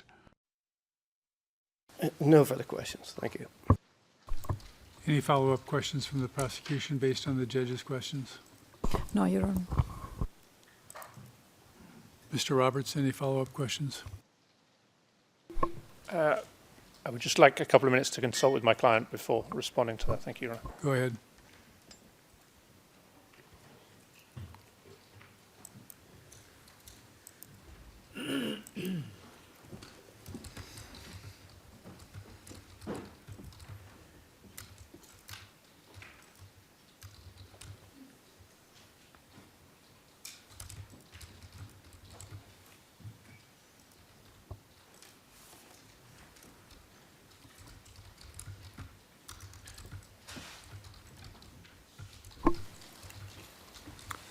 Thank you, Your Honor. Nothing further from us. Mr. Dixon?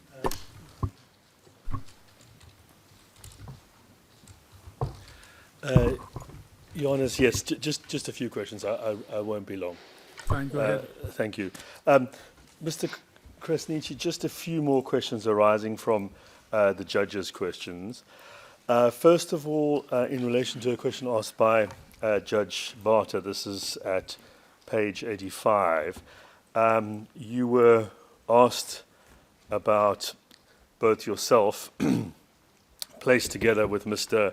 Agam Zogai, whether a request from a member of the General Staff could be opposed by you. Do you remember that?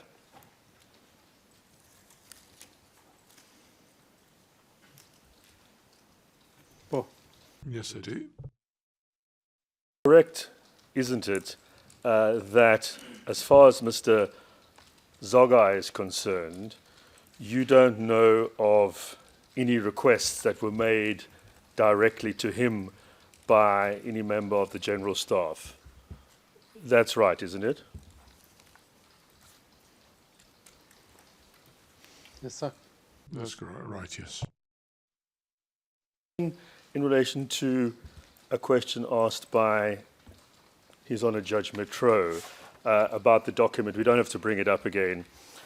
That's the one that was signed by you in your capacity as the commander of the military police platoon. That's the document of 20 March 1999. You asked about this reference here to the KLA intelligence service and reports of that service. Do you remember that?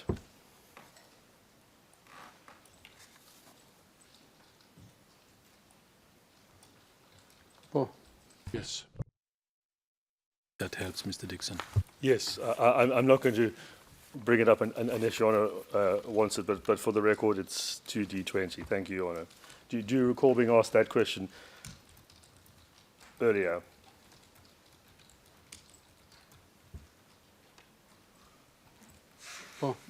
Yes.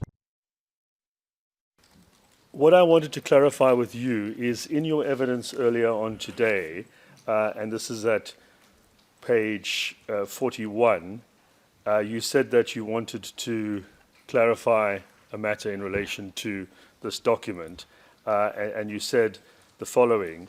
The period of time we are talking about, there was no de facto intelligence service in place. This was based on the information passed on by BAFTU, who had been a collaborator even before my arrival and my appointment there. And instead of pointing out that this information came from a collaborator, we said this was an information provided by the intelligence service, where there was no one in place. But when the brigade refers to intelligence service, this is a contradictory information because there was no such service in place at the time. Do you remember saying that?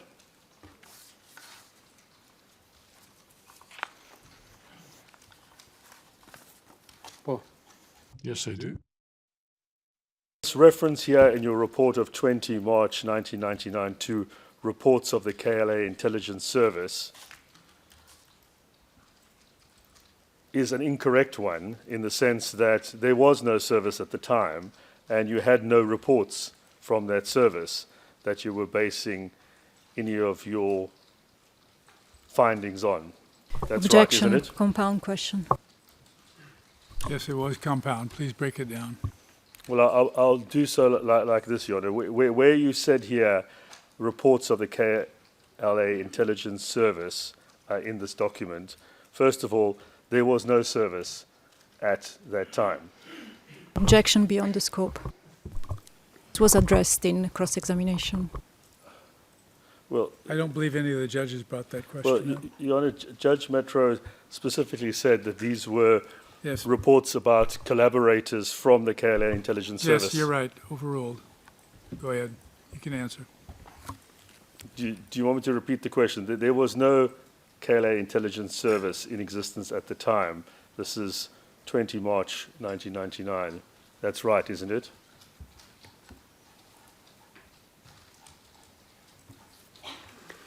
Unë deklarova As I said earlier, from what I know, the intelligence service was formed after the formation of the provisional government. The mention in that document by myself is based ultimately on the appointment that was made for me. Even that appointment by the brigade is a contradiction in terms, and that contradiction in terms has been followed up even further. I have clarified this further, where I say that there's made a reference to the ZKZ, and that reference continued. However, I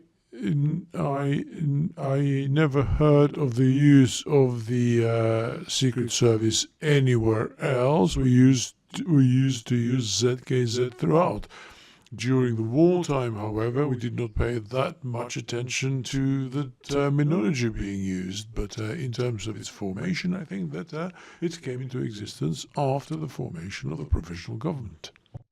Thank you for that. So can I then just clarify in terms of the answer that you've given, that there was at that time no ZKZ report on this particular case, the one of Mr. Sharla.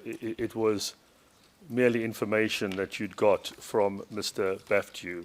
That's right, isn't it? do të sqaroj Let me clarify that I had the impression that this report was made a long time before, and that's why I asked for that document to be brought back into the screen in order to verify the date there. And once we've ascertained the date, we came to the conclusion that this was a document that had been compiled after my appointment to the ZKZ sector. Very helpfully clarified that. What I want to clarify is that there wasn't any report from the ZKZ on this particular case. What you had was information, as you've said before, from Mr. Baftu. Po, kjo pjesë. That's right, this is correct. Yes. Thank you, Your Honours. I have no further questions. Thank you. Ms. Alexandra No questions, Your Honor.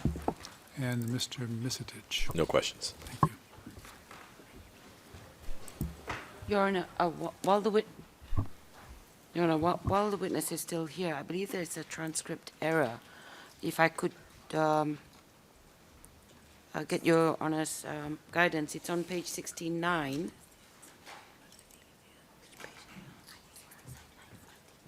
It's on line 14, Your Honor.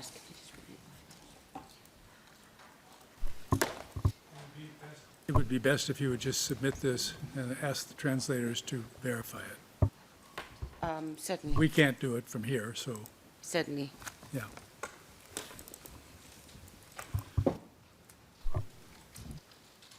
Mr. Krasniqi, that ends your testimony. You are allowed to leave the court now. We thank you for being with us, sharing your information with us. We wish you well. Thank you.